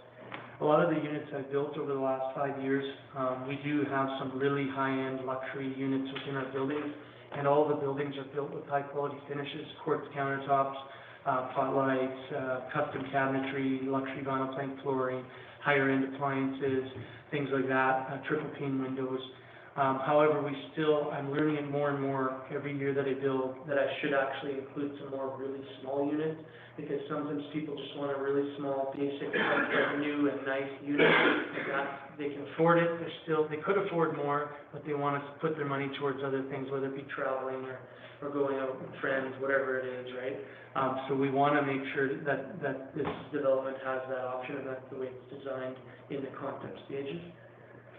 Will there be enough parking? We currently have in excess of the requirements, however, depending on the amount of studio suites, like small apartments and one bedrooms in the final design, I'll be completely upfront and say that we may ask for a minor variance at that time, given those renting a small studio or one bedroom don't typically have 2 cars. I do admire that the RM of Richat has upped its parking requirements like some of the other communities when we see these problems with people with lots of 2 and 3 bedrooms and 2 cars, and then all of a sudden there's 3 cars when they were only allowed 2 cars on their lease agreement. That becomes a problem overflow onto the highways and roads. I totally understand all that. But like I said, having said that, even though we're not here to discuss that a bunch tonight, I would likely ask for a variance at some point if we're going to do more studios and one bedrooms, just to kind of throw that out there. And then, yeah, just a basic company track record here. I've been being directly involved with 200 new residential units in the past 5 years. We strive to be leaders in the industry in quality design and resident living experience. We believe that this development would be a great asset to the RM of Richat and town of St. Adolphe. And again, my name's Luke, and I thank you so much for your time, and if you have any questions, I look forward to the possibility of this development being completed within your community, and ask for your support today as a first step towards seeing this vision become a reality. Thank you, Luke, I appreciate that. Thank you. Council, any questions for the applicant? Not right now. Just, the plan, very elaborate, and it looks like some great amenities in there. Do you have one of these already in the go or on the works, or have you built something similar to this before with all of these amenities? I haven't built any of these amenities, but we just finished building 78 units in the last year and a bit. We never built in Steinbach, and they were all 100% leased up, like, well prior to move-in dates. We were always moving people in, like, we're getting pretty ambitious on that, but we would have move-in final inspections in a week. It might be, let's say, 28th or 27th of the month, and the first, that building, all those units that were ready would be occupied. And it's just, like, I've got, like, 100 and some messages on my phone right now, just from Facebook Messenger, because we keep our ads up all the time for all our units, just like generic ads, just to make sure that if, you know, you do randomly have somebody, you know, move out early because of some reason, whether it be work or moving out of town or to be with family or something, and then you get to fill the unit. So we keep ads up, and we have at all times like 100+ leads of people that are like, do you have anything yet? Sorry, don't have anything. There's always a lot of demand. But I haven't built this exact building, but it wouldn't worry me. Like, it's something that it's still a Part 9 building code. It's very simple with firewalls, so you know, it looks really nice and have lots of nice features. It would be fairly simple. Okay. I got a quick question. You want to Oh, comment? go ahead. Developers are required to provide some preliminary traffic projections. Have you done any of that work yet? No, that I have before I get a permit is my understanding. Okay. I just have a question about, you build this, it looks wonderful, it's great, then what? Do you walk away, or do you have a management company? So or- we have our own management company, yeah, so we fully intend to do all our own management. Just And if you have a we're the pool, owner. and you have a. Yeah, oh yeah, that'll And all be. interior, the Absolutely. all of that, like the, Yeah, all our that stuff. would get dumped on the yard. No, all our stuff's professionally managed, and everything will have to be done between the building code, or within the building code. And as far as the pool goes, like I said, that's why I mentioned it's not a 100% thing. If 15% of people say that that'd be of value to them, and, you know, 80% are choosing a couple other items that are not a pool, and maybe we don't do the pool, right? But we'll let the residents and the people that are interested speak, and they can kind of, the numbers don't lie. I love that Survey Monkey, I've used it before, and it's incredible what it tells you. And then a lot of those questions on there will ask, like, do you know, basically they'll have to give their contact info. People that aren't gonna give their contact info, who have no interest in moving here, they won't give it, so they don't complete that survey. It's just one example to give you, but the ones where you actually ask them, do you believe you might actually want to live here? Those are the ones you kind of look at a little bit more closely. That's fine. Okay. Any other questions from council? Go ahead. I know it's extremely preliminary, but, you know, I know housing is a hot topic, like money talks. Do you have any rough idea on, you know, the 1-2 bedroom or the, no bedroom suites, like, what? So, yeah, that's a very good question. I mean, with lumber prices, like 7 months ago, they hit, I'm not sure if all of you knew this, but, a few people mentioned here lumber going way up, and it did. About 7 months ago, it hit a 7-year low. And I got an opportunity to buy some at that price, but I wasn't ready to build anything. And now it's went up about 50 or 70% since then. It's crazy, right? So obviously, without the caveat that there's a lot of variables, I would say that a studio, depending on it, will depend on how many of the common rooms we do and common things, of course, because those alone could excess, you know, be $500,000 plus for those items, additional to the regular build cost. But we can get a studio down into the probably $1,200 range in St. Adolphe, 8 minutes from Winnipeg, nice common amenities. It makes it affordable for a single person or a couple that's not home a lot, and they still want a nice site, and then up from that. Okay, yeah, so good options. Thank you. Anything else from council? I'll have more after. Okay, thanks, Jose, I appreciate it. Is there anyone in person that would like to speak in favor? Anyone online or on the phone that would like to speak in favor?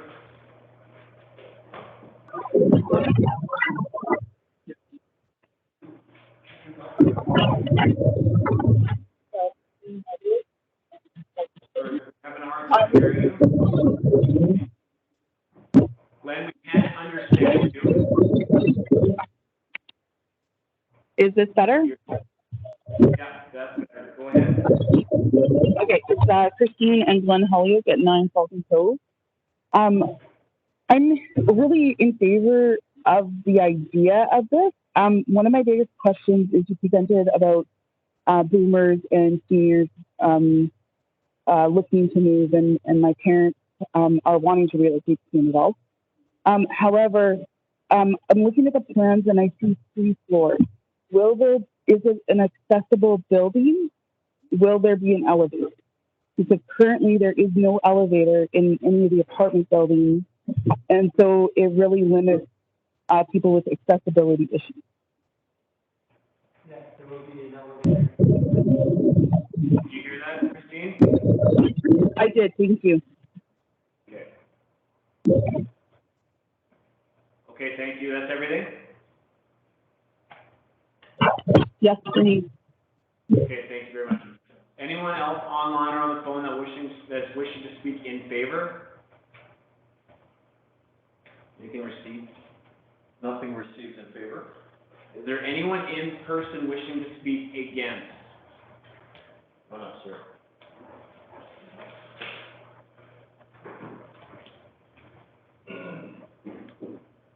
Hi, Ron Rochon. Thanks to council for giving me the opportunity to speak in the show. So first I'd like to just say that my wife and I have been residents of St. Adolphe for 40 years and have seen many changes over the years. When we moved to St. Adolphe in 1983, there were 2 general stores, 2 gas stations, a restaurant, as well as a hotel, which also had a separate restaurant.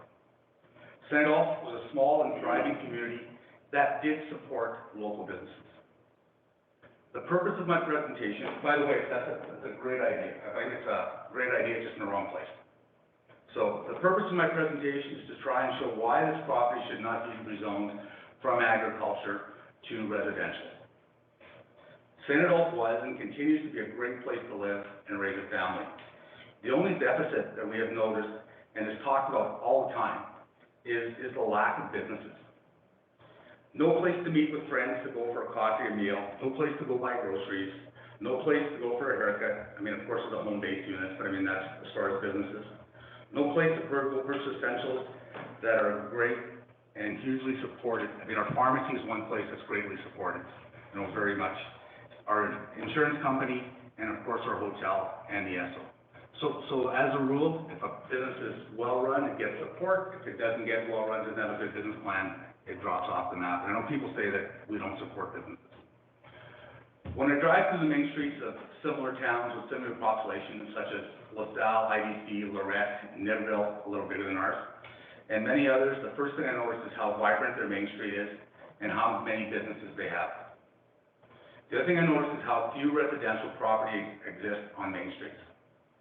In all small communities, successful businesses thrive on their main street. Because of bad decisions made by councils of the past to rezone commercial property to residential, our main street is crippled when it comes to businesses. Rezoning this land to residential would be another grave error and seal the fate of our future commercial growth.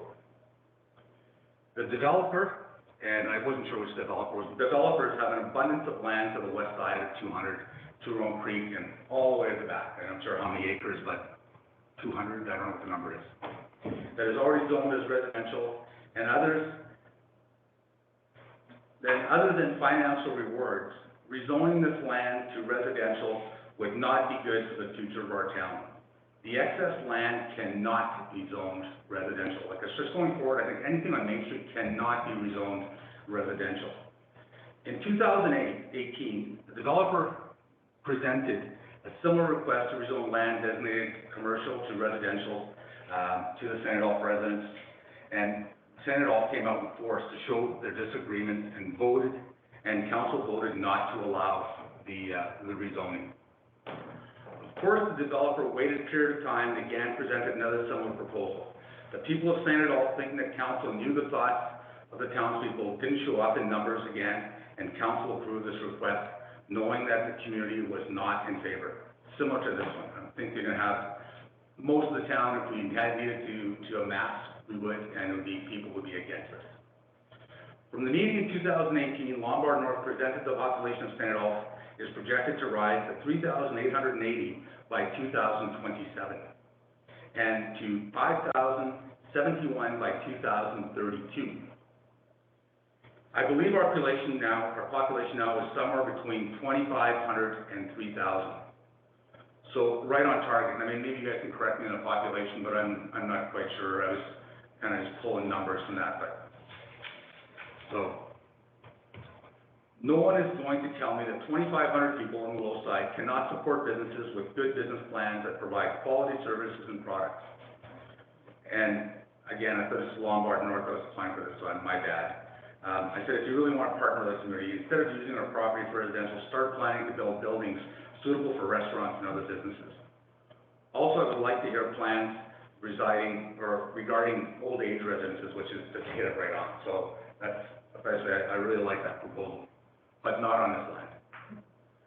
From one of Lombard North's handout in 2018 meeting labeled St. Adolph East Dyke Plan, they stated that their objective was to, in brackets, allow the expansion of commercial services in the village of St. Adolph, strengthen local Main Street as the primary commercial street, and provide opportunities for complementary commercial development or multifamily residence within the plan. The same document noted that mixed-use areas shall be prioritized as commercial development. Once this land is rezoned to residential, there is no going back, and the commercial future of our Main Street will be sealed. Mr. Developer, now is the time to walk the walk, and sorry again, didn't realize it was you guys, we should walk the walk and show us that you're a trustworthy partner for a great community in St. Adolph, and back off on your plan to rezone this land to residential. I would ask that our council vote on behalf of the people in St. Adolph and say no to this request. Thank you. Thank you. Any questions for Mr. Rochon? If you could provide me a copy of this presentation, that would be fantastic. Thank you. Okay, perfect. Anything else from council? No, thank you very much. Okay, thank you. Is there anyone else in person wishing to speak against Mr. Dupuy, please?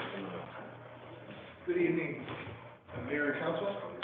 I don't have as great a presentation as Ron did, because he did excellent, by the way. I want to reiterate what he said. We cannot give up any more land for residential on the Main Street. We need to have some areas where people could potentially start a business. If they were, I love the presentation.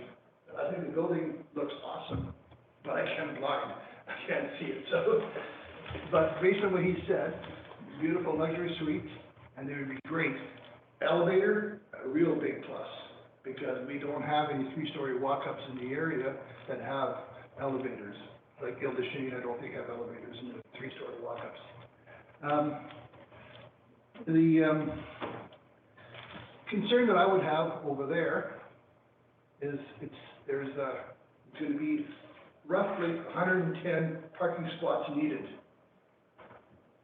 minimum, because of the 110 suites. So where are you going to put 110 parking spots? Some suites will have 2 and 3 vehicles. Some suites will have 2 vehicles and 1 trailer, or 1 vehicle, 1 trailer. You know, there's not enough parking. Look at the situation in Turon Creek, where they allowed that cramped area to build, and it's a shit show for parking there. It's sorry for using that word, but it's horrible. It's like a parking lot.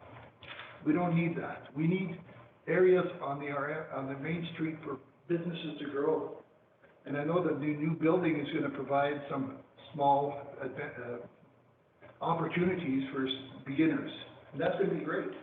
But there's going to be other businesses that are going to want to set up shop. We need to have that.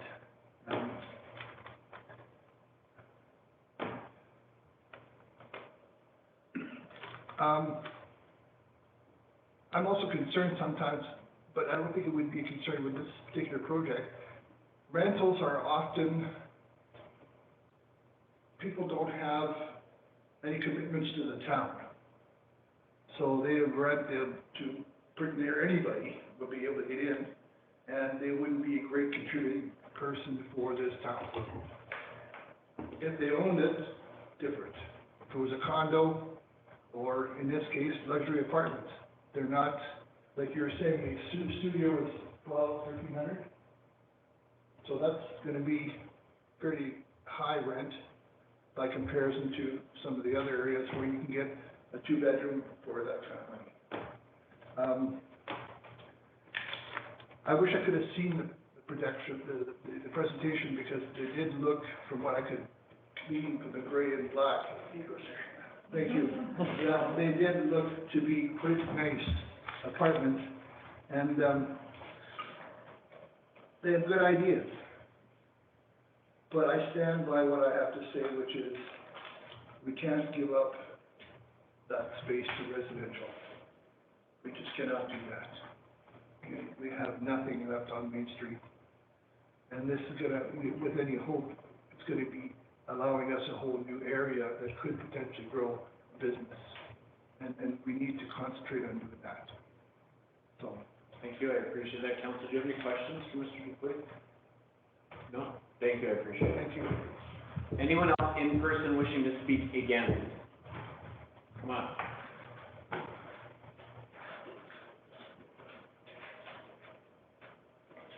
My name is Julie Lassat. I moved into Charon Creek in, just before COVID. I know when we first moved into Charon Creek, we were promised the area when you're entering Charon Creek to the south was for business.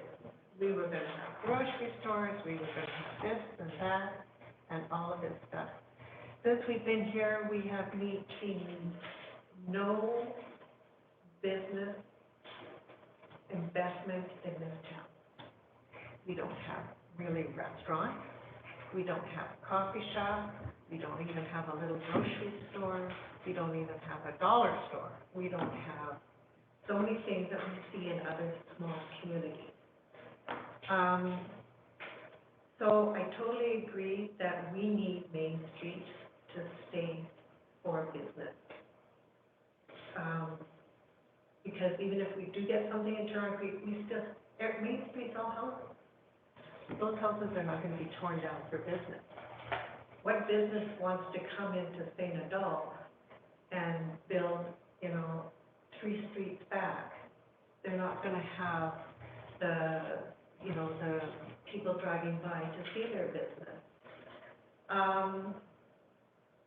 The other thing is the safety issue. Already going in and leaving Charon Creek is a safety issue. The speed limit is 70, which is ridiculous. Now you have a daycare going in, which, as far as I'm concerned, that's a safety issue for a daycare. You're already gonna have a lot more traffic right in that little area, and now with,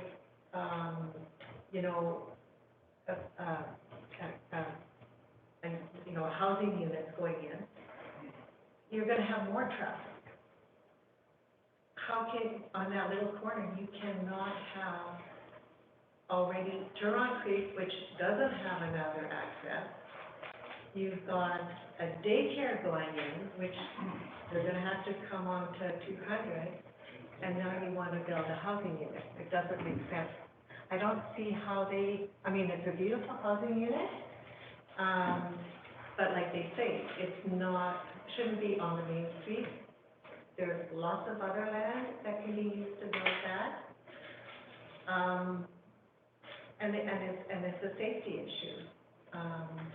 The other thing is, let me see here my notes.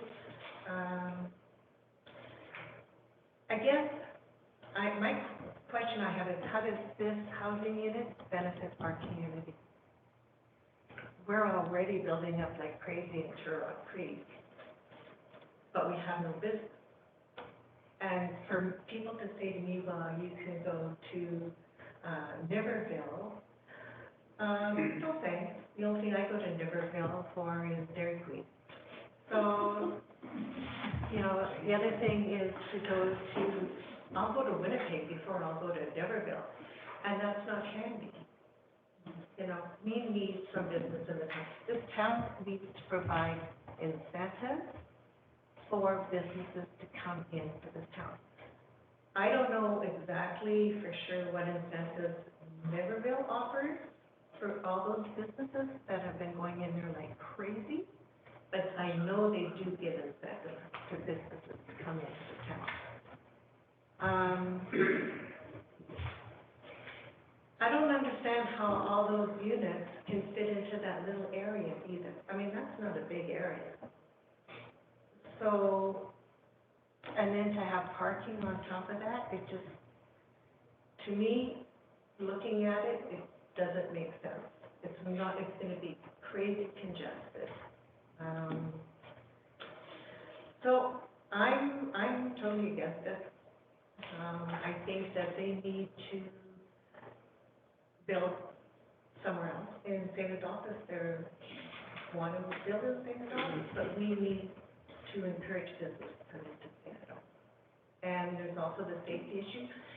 They said about, how Highway 200 is maintained by the municipality. You know what? They don't do a very good job of that. Look at our main street. Province. It's province, I mean. Okay. But they just fill it with, every couple times a year, and you constantly have, so honestly, 200 does not handle the traffic it already has. And there's all the construction going in on Huron Creek, that means it's harder on the road. So for the province to say, oh yeah, you can handle it, well, you know what, the province isn't keeping up their road, period. So I don't see how this is good for the road to have this issue. So that's it. That's all I have. Thank you very much. Council, do you have any questions, comments? No? I completely missed the first and last name. Oh, Julie Mazak. Thank you. Okay. Okay, I'm gonna continue on. I'm just gonna ask now, because we're getting closer to our cutoff time for the evening. If you do wanna make a presentation or object, just please bring in new points. You can say that you agree with previous comments or you agree with previous objections, but if you are just gonna be repetitive, just say you agree and then move on. If you have something new, please bring that to the table. Anyone else in person wishing to speak against? Come on up. Edie. Can I just? You can stay right there, yes. Thank you. I disagree. Okay. I agree, sorry, with, what Ron said and Julie. Okay. Ron. And Don, okay. Absolutely. Perfect, thank you. Is there anyone else? Come on up, sir. Sorry, Luke. Michael DeGagné. We moved into Turtle Creek 3.5 years ago. Luke was the agent I bought the house from. Had we known that we were gonna be 500 feet from 200 rental units, we wouldn't have bought here. I agree with commercial. I've ran a business all my life.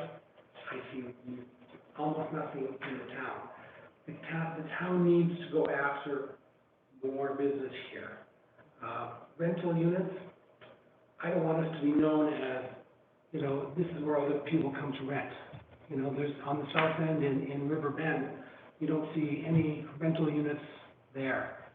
So for us to be in an area where homes are selling for $500,000 and up, that's a lot of money that we've put out to have affordable rentals 500 feet from my door. I think the traffic is gonna be an issue with no access other than coming out onto 200, with the school, the daycare going in, and what Luke is proposing. I think there's gonna be some accidents there at that corner. Do we want a traffic light? I don't want a traffic light, but make it short, that was it. Thank you very much, everybody. Is there anyone else wishing to speak again? Yeah, come on. I have a question about that. My name is Ruler Bello. There is a pipeline running along that road, and where the buildings he has positioned, looks like one will be right over that pipeline. Because it does not run just below along the original gravel road there? It's on the parking lot. On the parking lot? It's not underneath the. And And the other thing, the main picture is, showing all the nicely treated lot, all the trees were cut down. To the south of that is the daycare, so I don't think there's enough room to put trees.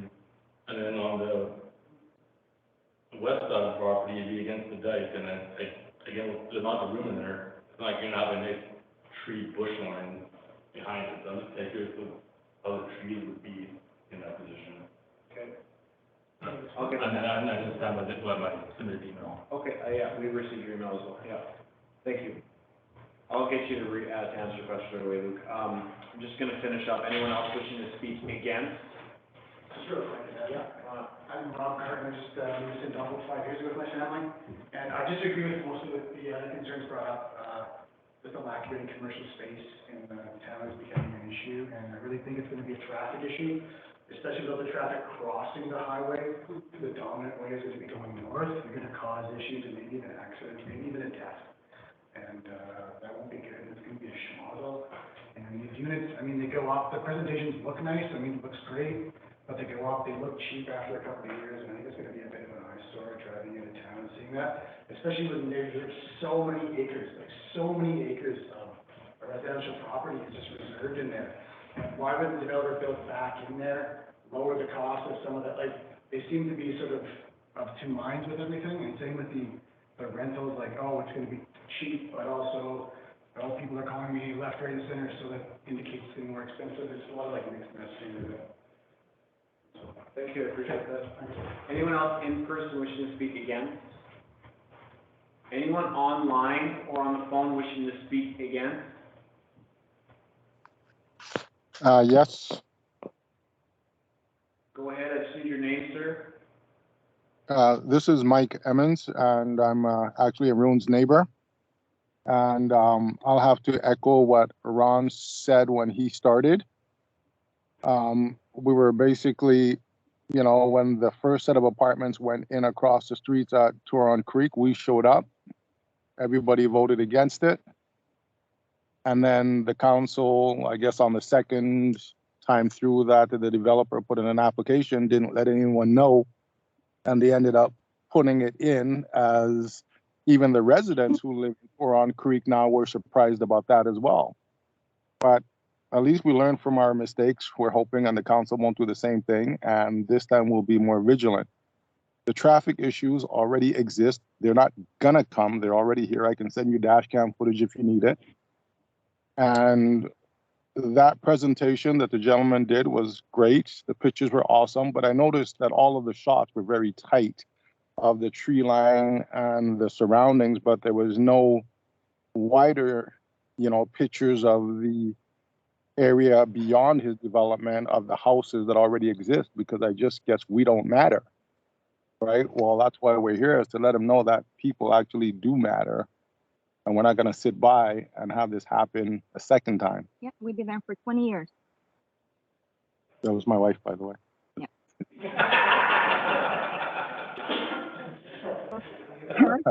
But thank you, and I'll leave it at that for now, so somebody else can get a turn. Thank you very much. Is there anyone else online or on the phone that would like to speak again? No, and I know we have some letters that were against, or objection letters, and you compile a list or a summary of the objections, Mr. Steele. Go ahead and read that summary. Correct. So basically, we've received about 9 letters of objections from Gaudry, McKenzie, Itch, We Met, Street, Rebello, Henry, Young, Blonsky, and Emmons Rosa. So to summarize, there is ample land for senior housing within Turon Creek development. Already have lost commercial parcels to residential along Main Street. Commercial parcels are necessary for any health and vibrant business district. Having space is key. The empty commercial units should not dictate the potential for economic development. Industrial parks alone do not constitute a healthy business district. Need diversity of businesses space. Businesses indirectly subsidize residential development. Little to no commercial development will result in people moving away. Once commercial land is rezoned, it's gone forever. Too much land along Main Street has already been rezoned residential. Commercial on the bottom, residential on top would be a better option. No office space currently available, resulting in having to go to neighboring towns. Residential capacity already a challenge for services like the school. Will eventually impact the ability to attract and retain residents. Would be in the Yarmouth's best interest that if there was a commercial development strategy with a focus on bringing in new business that provided tax revenues and employment to locals, cannot grow outside the current boundaries or borders. Concerns regarding parking, safety concerns for children with the daycare in close proximity. The businesses need to be visible, concerns that there isn't enough infrastructure to support an apartment building, influx of traffic with only one available entrance, an uptake in crime, potential good site for a future hall that exists directly on the main thoroughfare, barely any jobs or businesses in town, there's lack or opportunity for young people, will forever be a bedroom community, privacy concerns, as well as questions that have been submitted through those 9 letters. Has a full life cycle servicing economic assessment of this grandeur of residential development been undertaken? Where will people park? What about visitors? There has been an uptake in crime. Is there a plan in place to increase RCMP presence or medical services? Has there been thought to the RM of purchasing this land for future endeavors to support the growth of Sandyville? I'll leave it at that for now. Thank you, Mr. CEO. Okay, I'll now, get the applicants to answer the questions. I think you wanted to answer a couple of them. Come on, just go through, yeah, thanks. I'll do my best just to remember the ones. I'll start with the last one, Mr. Evans on the phone there. When the draftsman that does my 3D renderings, because he does not have an actual building plan yet or any building plans of any homes in the neighboring area, certainly everybody around here is important. We don't mean or intend to have them not feel important. However, they do not feel it is of their authority to try to pretend to place buildings around the site that are not part of the site. And to answer the question, somebody else mentioned the trees. That's another thing. Before he sends me my final reviews or 3D renderings, he puts the trees in just kind of as part of it. Just if they leave it all just grass, it just kind of looks weird. And we do have some trees. We intend to do more trees on that site. However, it is true there's not a big row of trees. I didn't ask him to put the row of trees on the dike, which is what it looks like, but that is just what he did, and I didn't get them in time to have that all changed or removed. Certainly didn't mean to mislead anyone in that. That's the way those guys do those 3D renderings. Some of the other questions as far as Mr. Degagne, my friend over here, these are not intended to be, they're not going to be low-income housing in any way. I know he didn't outright say that, but it is not intended to. This is supposed to be like a nice option for those that want to sell their home and retire, maybe travel more and just keep an apartment or condo. Whether it's a condo or apartment to them is irrelevant. A lot of them actually want the money. Real estate is not actually a great investment right now for homeowners, and as a realtor, most people say, wow, you would say that. But to me, it's my personal opinion that at 8%, 7% interest rates, the renting is actually cheaper, and a lot of people do it. I'm seeing a lot of younger generation do that for that reason, and they just find something that fits within their budget, and they set it and forget it, they have their payment, they don't have to deal with any repairs or anything. Parking, we have, it's not actually 100 and some stalls, there's almost, I think there's over 200 stalls on that plan, and we also have been talking to the province about potentially purchasing some more of that land to the north that's redundant, but that's nothing's in the works with that. However, we do have over and above what your zoning bylaw actually requires for the parking right now. Are there any other? Yeah, I'll ask the question, I know the answer, I'll ask the developer. So, the question was posed, why, when you go over to the Turon Creek side of this development, it would make more sense. So, could you answer that question? Yes, I'm glad. It's interesting. I worked for the Turon Creek developers 7, 8 years ago when they started. I worked with them for a while and worked really hard to get about the first 40 lots of it. And for a reason I won't go into, I decided to step down from that role. I had the entire subdivision listed at my disposal. I was the name on the website, talking to all the builders. I had nothing against the town of St. Adolphe. I love the vision that they had. It was a really long-term vision. They gave me goals. I surpassed, just barely, but surpassed the goals they gave me in those first 2 years. And I saw a problem here, and also it is quite a ways from where I live, but I saw a problem with exactly what people have mentioned, the commercial. So my brother-in-law happens to be, ironically, the ones that built Forthright Properties, built those apartments. And the thing is, they build a good product, it still looks great, a lot of it's been there for 4 years, it looks great. If you go to my apartment, they still look great. All of the first buildings were almost 4 years ago, 3.5 years ago, whatever it is. It was pre-COVID that they started building, right? So, anyway, even if it's 3 years, I don't know the exact date, but point is, if you go look at the stuff I built in Niverville that's almost 5 years old, it looks great, it all has hardy board siding and stone, we don't build in cheap quality. Our buildings have nicer finishes than many of the $500,000 homes here do that are still very nice, but they put stucco on all the sides, which is the cheapest you can do basically other than vinyl.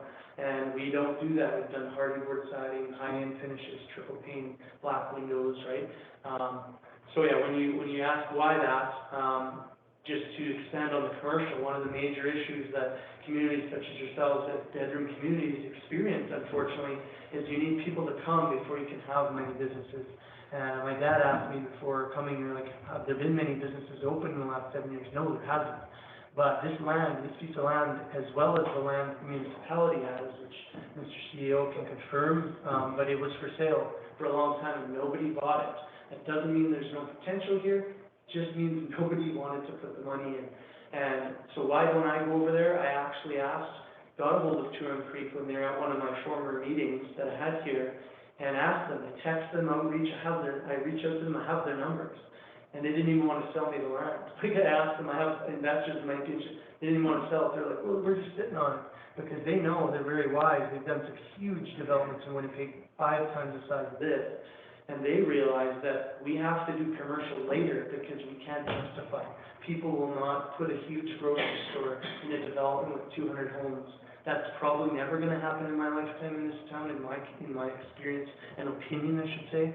Not my experience, my opinion. But that's just because you're so close to big amenities in Winnipeg that makes it, the closer you get, the more difficult it actually is. And when you have a Subway closing, now granted, I don't know what to imagine they have, but when you have one of the largest fast food restaurants in the country, in the world, closed down in St. Adolphe, I mean, there was a reason. Okay, please, Yeah, that's fine. Yeah, so that's one of the reasons I didn't buy that land. But, and I know, that's what I said, there might be reasons, but that's why I didn't buy that land, because they already bought some other land, and they plan on just keeping it for a while until there's more value there, because they've tried to sell it, they've talked to people, and they're not able to, so they're smart enough to wait until there's enough demand. That's what they're doing with it. And then there is not other land that they've offered or have available for multi-family on this side. It's all single family and duplex.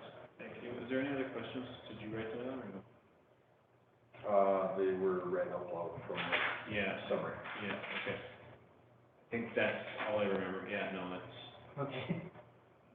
people park, visitors, you've answered that, detecting crime, and has there been thought to the arm purchasing this land for future endeavors? That's on us to discuss. The full cycle, the full life cycle, that's not for you either. Okay, no, that's it. Thank you. Okay, any final comments before I close? In favor, against, online, on the phone, general comments, in person?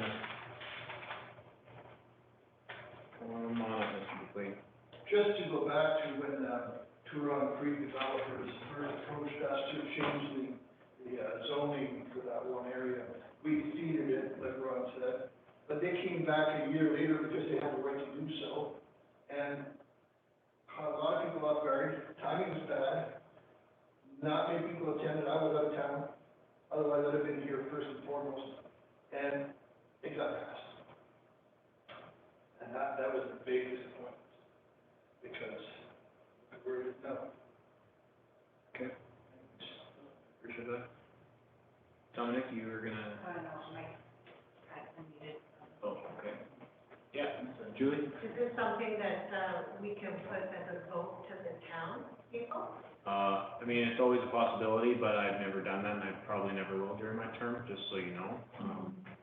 That's my straight blunt honestness. Ron, you were gonna say something? Well, yeah, I guess the question about economic development, and it just seems we talk about it and go around in circles, and I'm a true believer if you build it, they will come.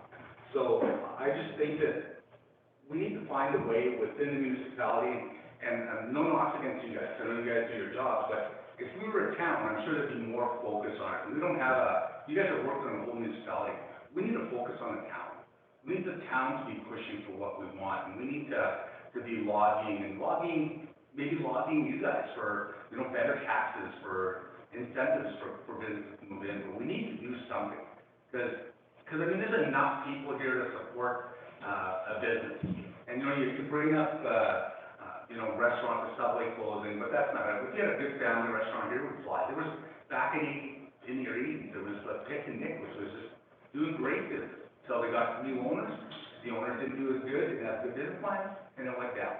So, but we need to get something going. I don't know what the answer is, but we need a St. Adolph committee to push for what we want. And businesses is one thing, community club, to build the land there for ball diamond, soccer pitch, but nothing's happening. Where people are traveling to Ile des Chênes and to Lorette and it's here, let's build it. Let's find a way. I appreciate that. Councilor Lemon, you were gonna say something? Yeah, just, I've had a pickle on my mind for the past many, many years, and to these comments here, there's, years ago, outside organization came into this community, I remember, and did a 5-10-year vision plan. It invited all the community members to come and give their 2 cents. And what I like about that, and I remember the main street, it was dedicated for commercial land. I'm not sure it went all the way south of that last street. And again, I'm not a resident from here, but I did see that slowly but surely, whoops, a house went up. Oh, a second house went up. And I'm like, we had a community business plan, and you guys could look to do the exercise the second time. There's an EDO in place, there's other outside organizations that can help you with that. And again, but we, all of us need to stick with what the community agreed on. I'm talking 10, 15 years ago plus. But again, other communities, and the properties are lost, and then you don't have commercial space, and I'm all for commercial also.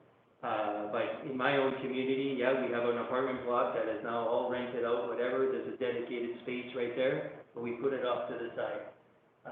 Not all communities have great main streets like this was in the past, commercial space. So, pickle, that's the word I used today. But it's something that's been bugging me since day one, and we're still bringing up this thing about not having commercial property. So, might skew my opinion come voting time, but just thought I'd say that. I appreciate that. Okay, I'm going to close the public hearing at 9:18 PM. Do I have a mover? Councilor Belanger, second. Councilor Lemoine.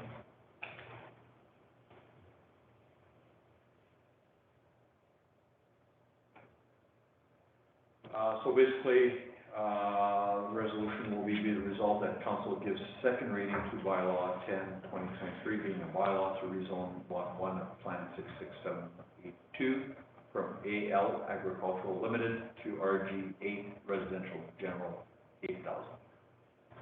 Thank you. I will open up for council debate, discussion. Anyone want to start? I'll start. Go ahead. So yeah, I've had many phone calls, many emails, as I told you guys.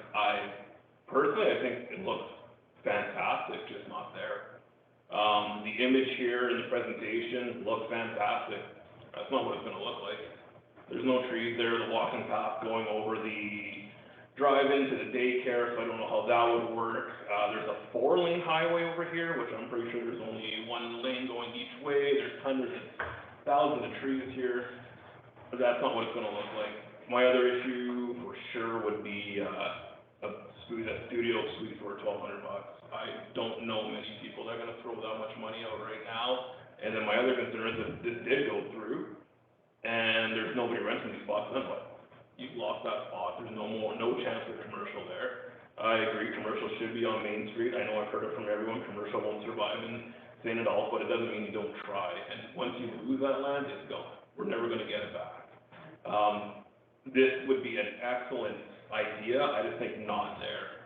I think perhaps the opportunity to talk to the developer again in Turon to see if they have anything, they might be on board for something like this now, but, I mean, great design, not there, you're taking away any potential chance of commercial going in that spot going forward, which, if you look at many small towns in Manitoba or all over Canada, Main Street's got some nice commercial on it, maybe with a little bit of residential mixed in, but not all residential. I think we really need that, that's a main route coming into St. Adolph too from Niverville. If you do have commercial there, you might be getting people to stop in there then. So I think if we lose it, it's gone, we're never gonna get it back, and that's my big issue.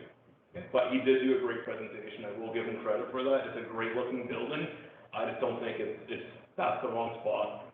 I don't know if a high-end luxury building would actually survive in St. Adolph. I know he spoke about, some people might have 2 cars, 1 car, 0 car, if you have no car, I don't know how you're getting home.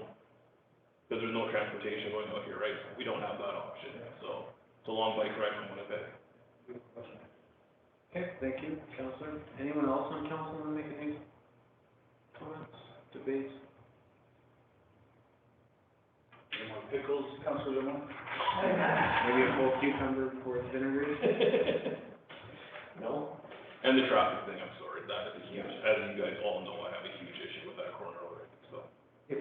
If I can just add to the traffic thing, whether, I don't know, if it's 100 residents in the apartment, whether you put it on that side of the street or in Turon Street, it's still gonna be. Yeah, oh yeah, that's why in general, I have a huge issue with that whole corner. Okay, I'll call for the question, all those in favor, opposed, defeated 5-0, thank you.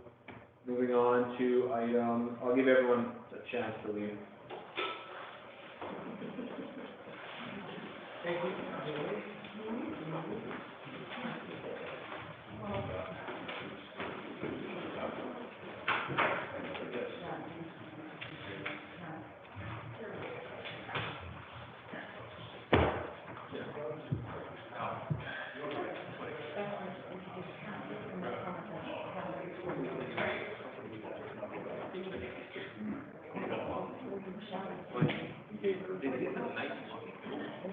That's where the trees are. Okay, good to go? Yep. 7.1.1, right? Yes. 7.1.1, 4165-23-8262, Sorin, one lot farmstead. Okay, I believe this is fairly self-explanatory. I believe the farmyard is being split from the agricultural lands. Nothing else to present. I believe the agencies are all good with the subdivision. Okay. No, they weren't, but I think that should be covered in the resolution. Did I get a mover and seconder on that? No. Councillor Bonnerchuk, second by Councillor Lemoine, thank you, sir.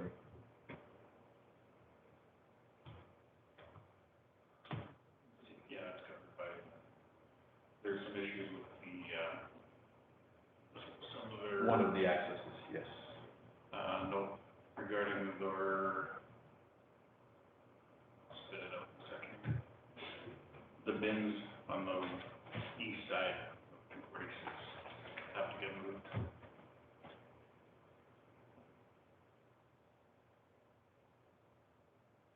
Is that part of the conditions on the?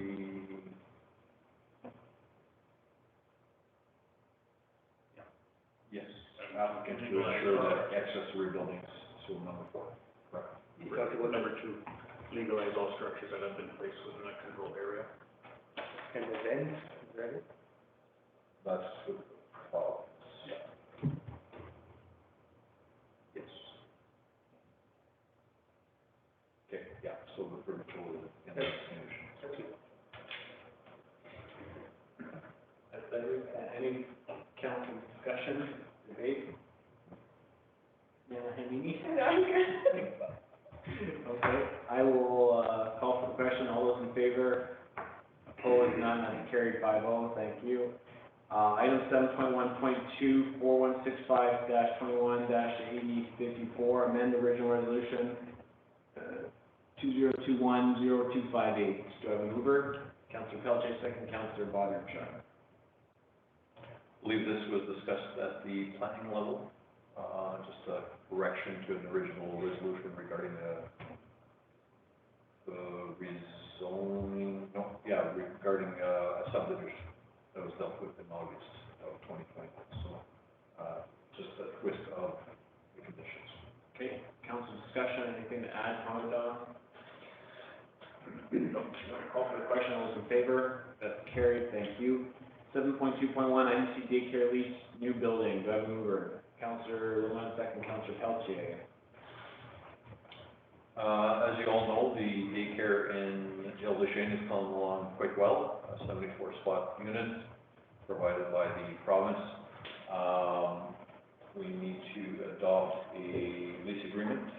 This has been vetted by legal, so I have no concerns regarding the proposed agreement.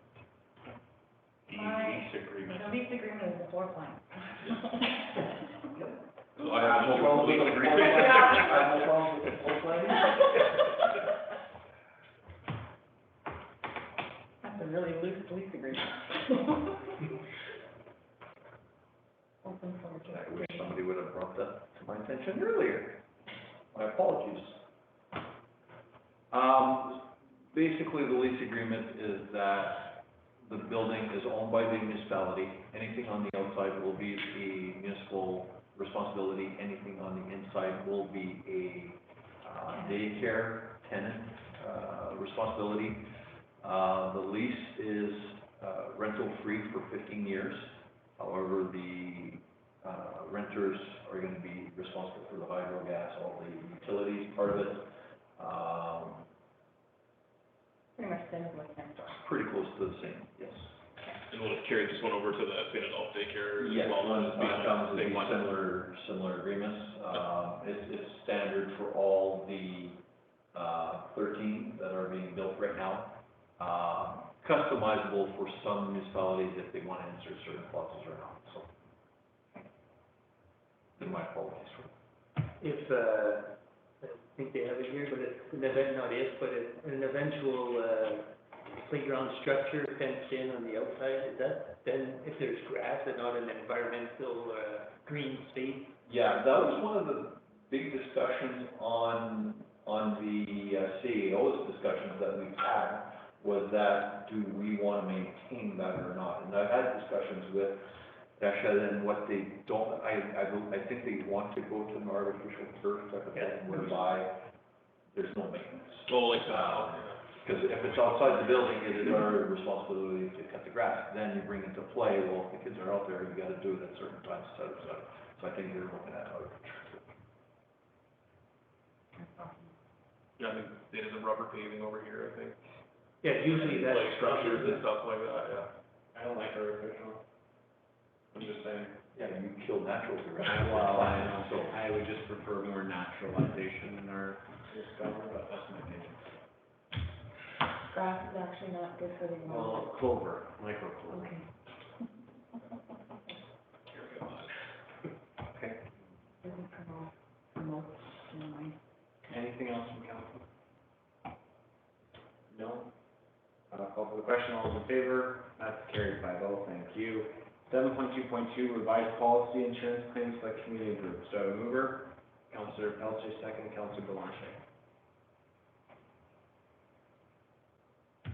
I believe this was brought forward by our rec director at a recent meeting, so we'll go through the process of explaining it to you. You have it all. You received the information already. Thank you. There's a before and after, so. We'll open up for council discussion. Anything to add, comment on? No, I'll call for the question. All those in favor? That's carried. Thank you. 7.2.3, Grand Point Park. Do I have a mover? Councillor Belanger, second, Councillor Lamont. I believe the RM is trying to acquire the land to the east of the current clubhouse and Grand Point Park area, which is currently owned by the province. We've attempted several times to make contact to no avail. So the resolution is to also give to our local MLA to try to expedite the matter more efficiently. And I will wish him good luck if council passes the motion. Any comments, discussion? You didn't want to shrink the park, Jim, and then we can go here? I'll call for the question, all those in favor? That's carried 5-0, thank you. 7.2.4, development agreement, Valley Fiber, 3, St. Adolph RCO location. Do I have a mover? Councillor Bonner-Chuck, second. Councillor Pelletier. This is in regards to the Valley Fiber RCO, basically just a building, located at our public works area. I believe the property has been subdivided already. This is development agreement as to the terms of understanding of what is to be done with the property. Thank you. I'll open up for council comments or debates. Anything to add? No. Call for the question. All those in favor? That's carried 5-0. Thank you. 7.2.5, June 2023 building permit reports. Do I have a mover? Councillor Lemon, second. Councillor Bonner-Chuck. So permits for the month of June, 36 for a total value of construction of 5.6 million, total in building fees of 22,545. Total year-to-date, 122 permits, 34.4 million in construction value, and bringing in a total of about $79,000 in permits. Slightly behind 2022, but not by much at this point in time. That's pretty impressive. In numbers or values? Number of permits, value, and building fees, just slightly behind. Yeah.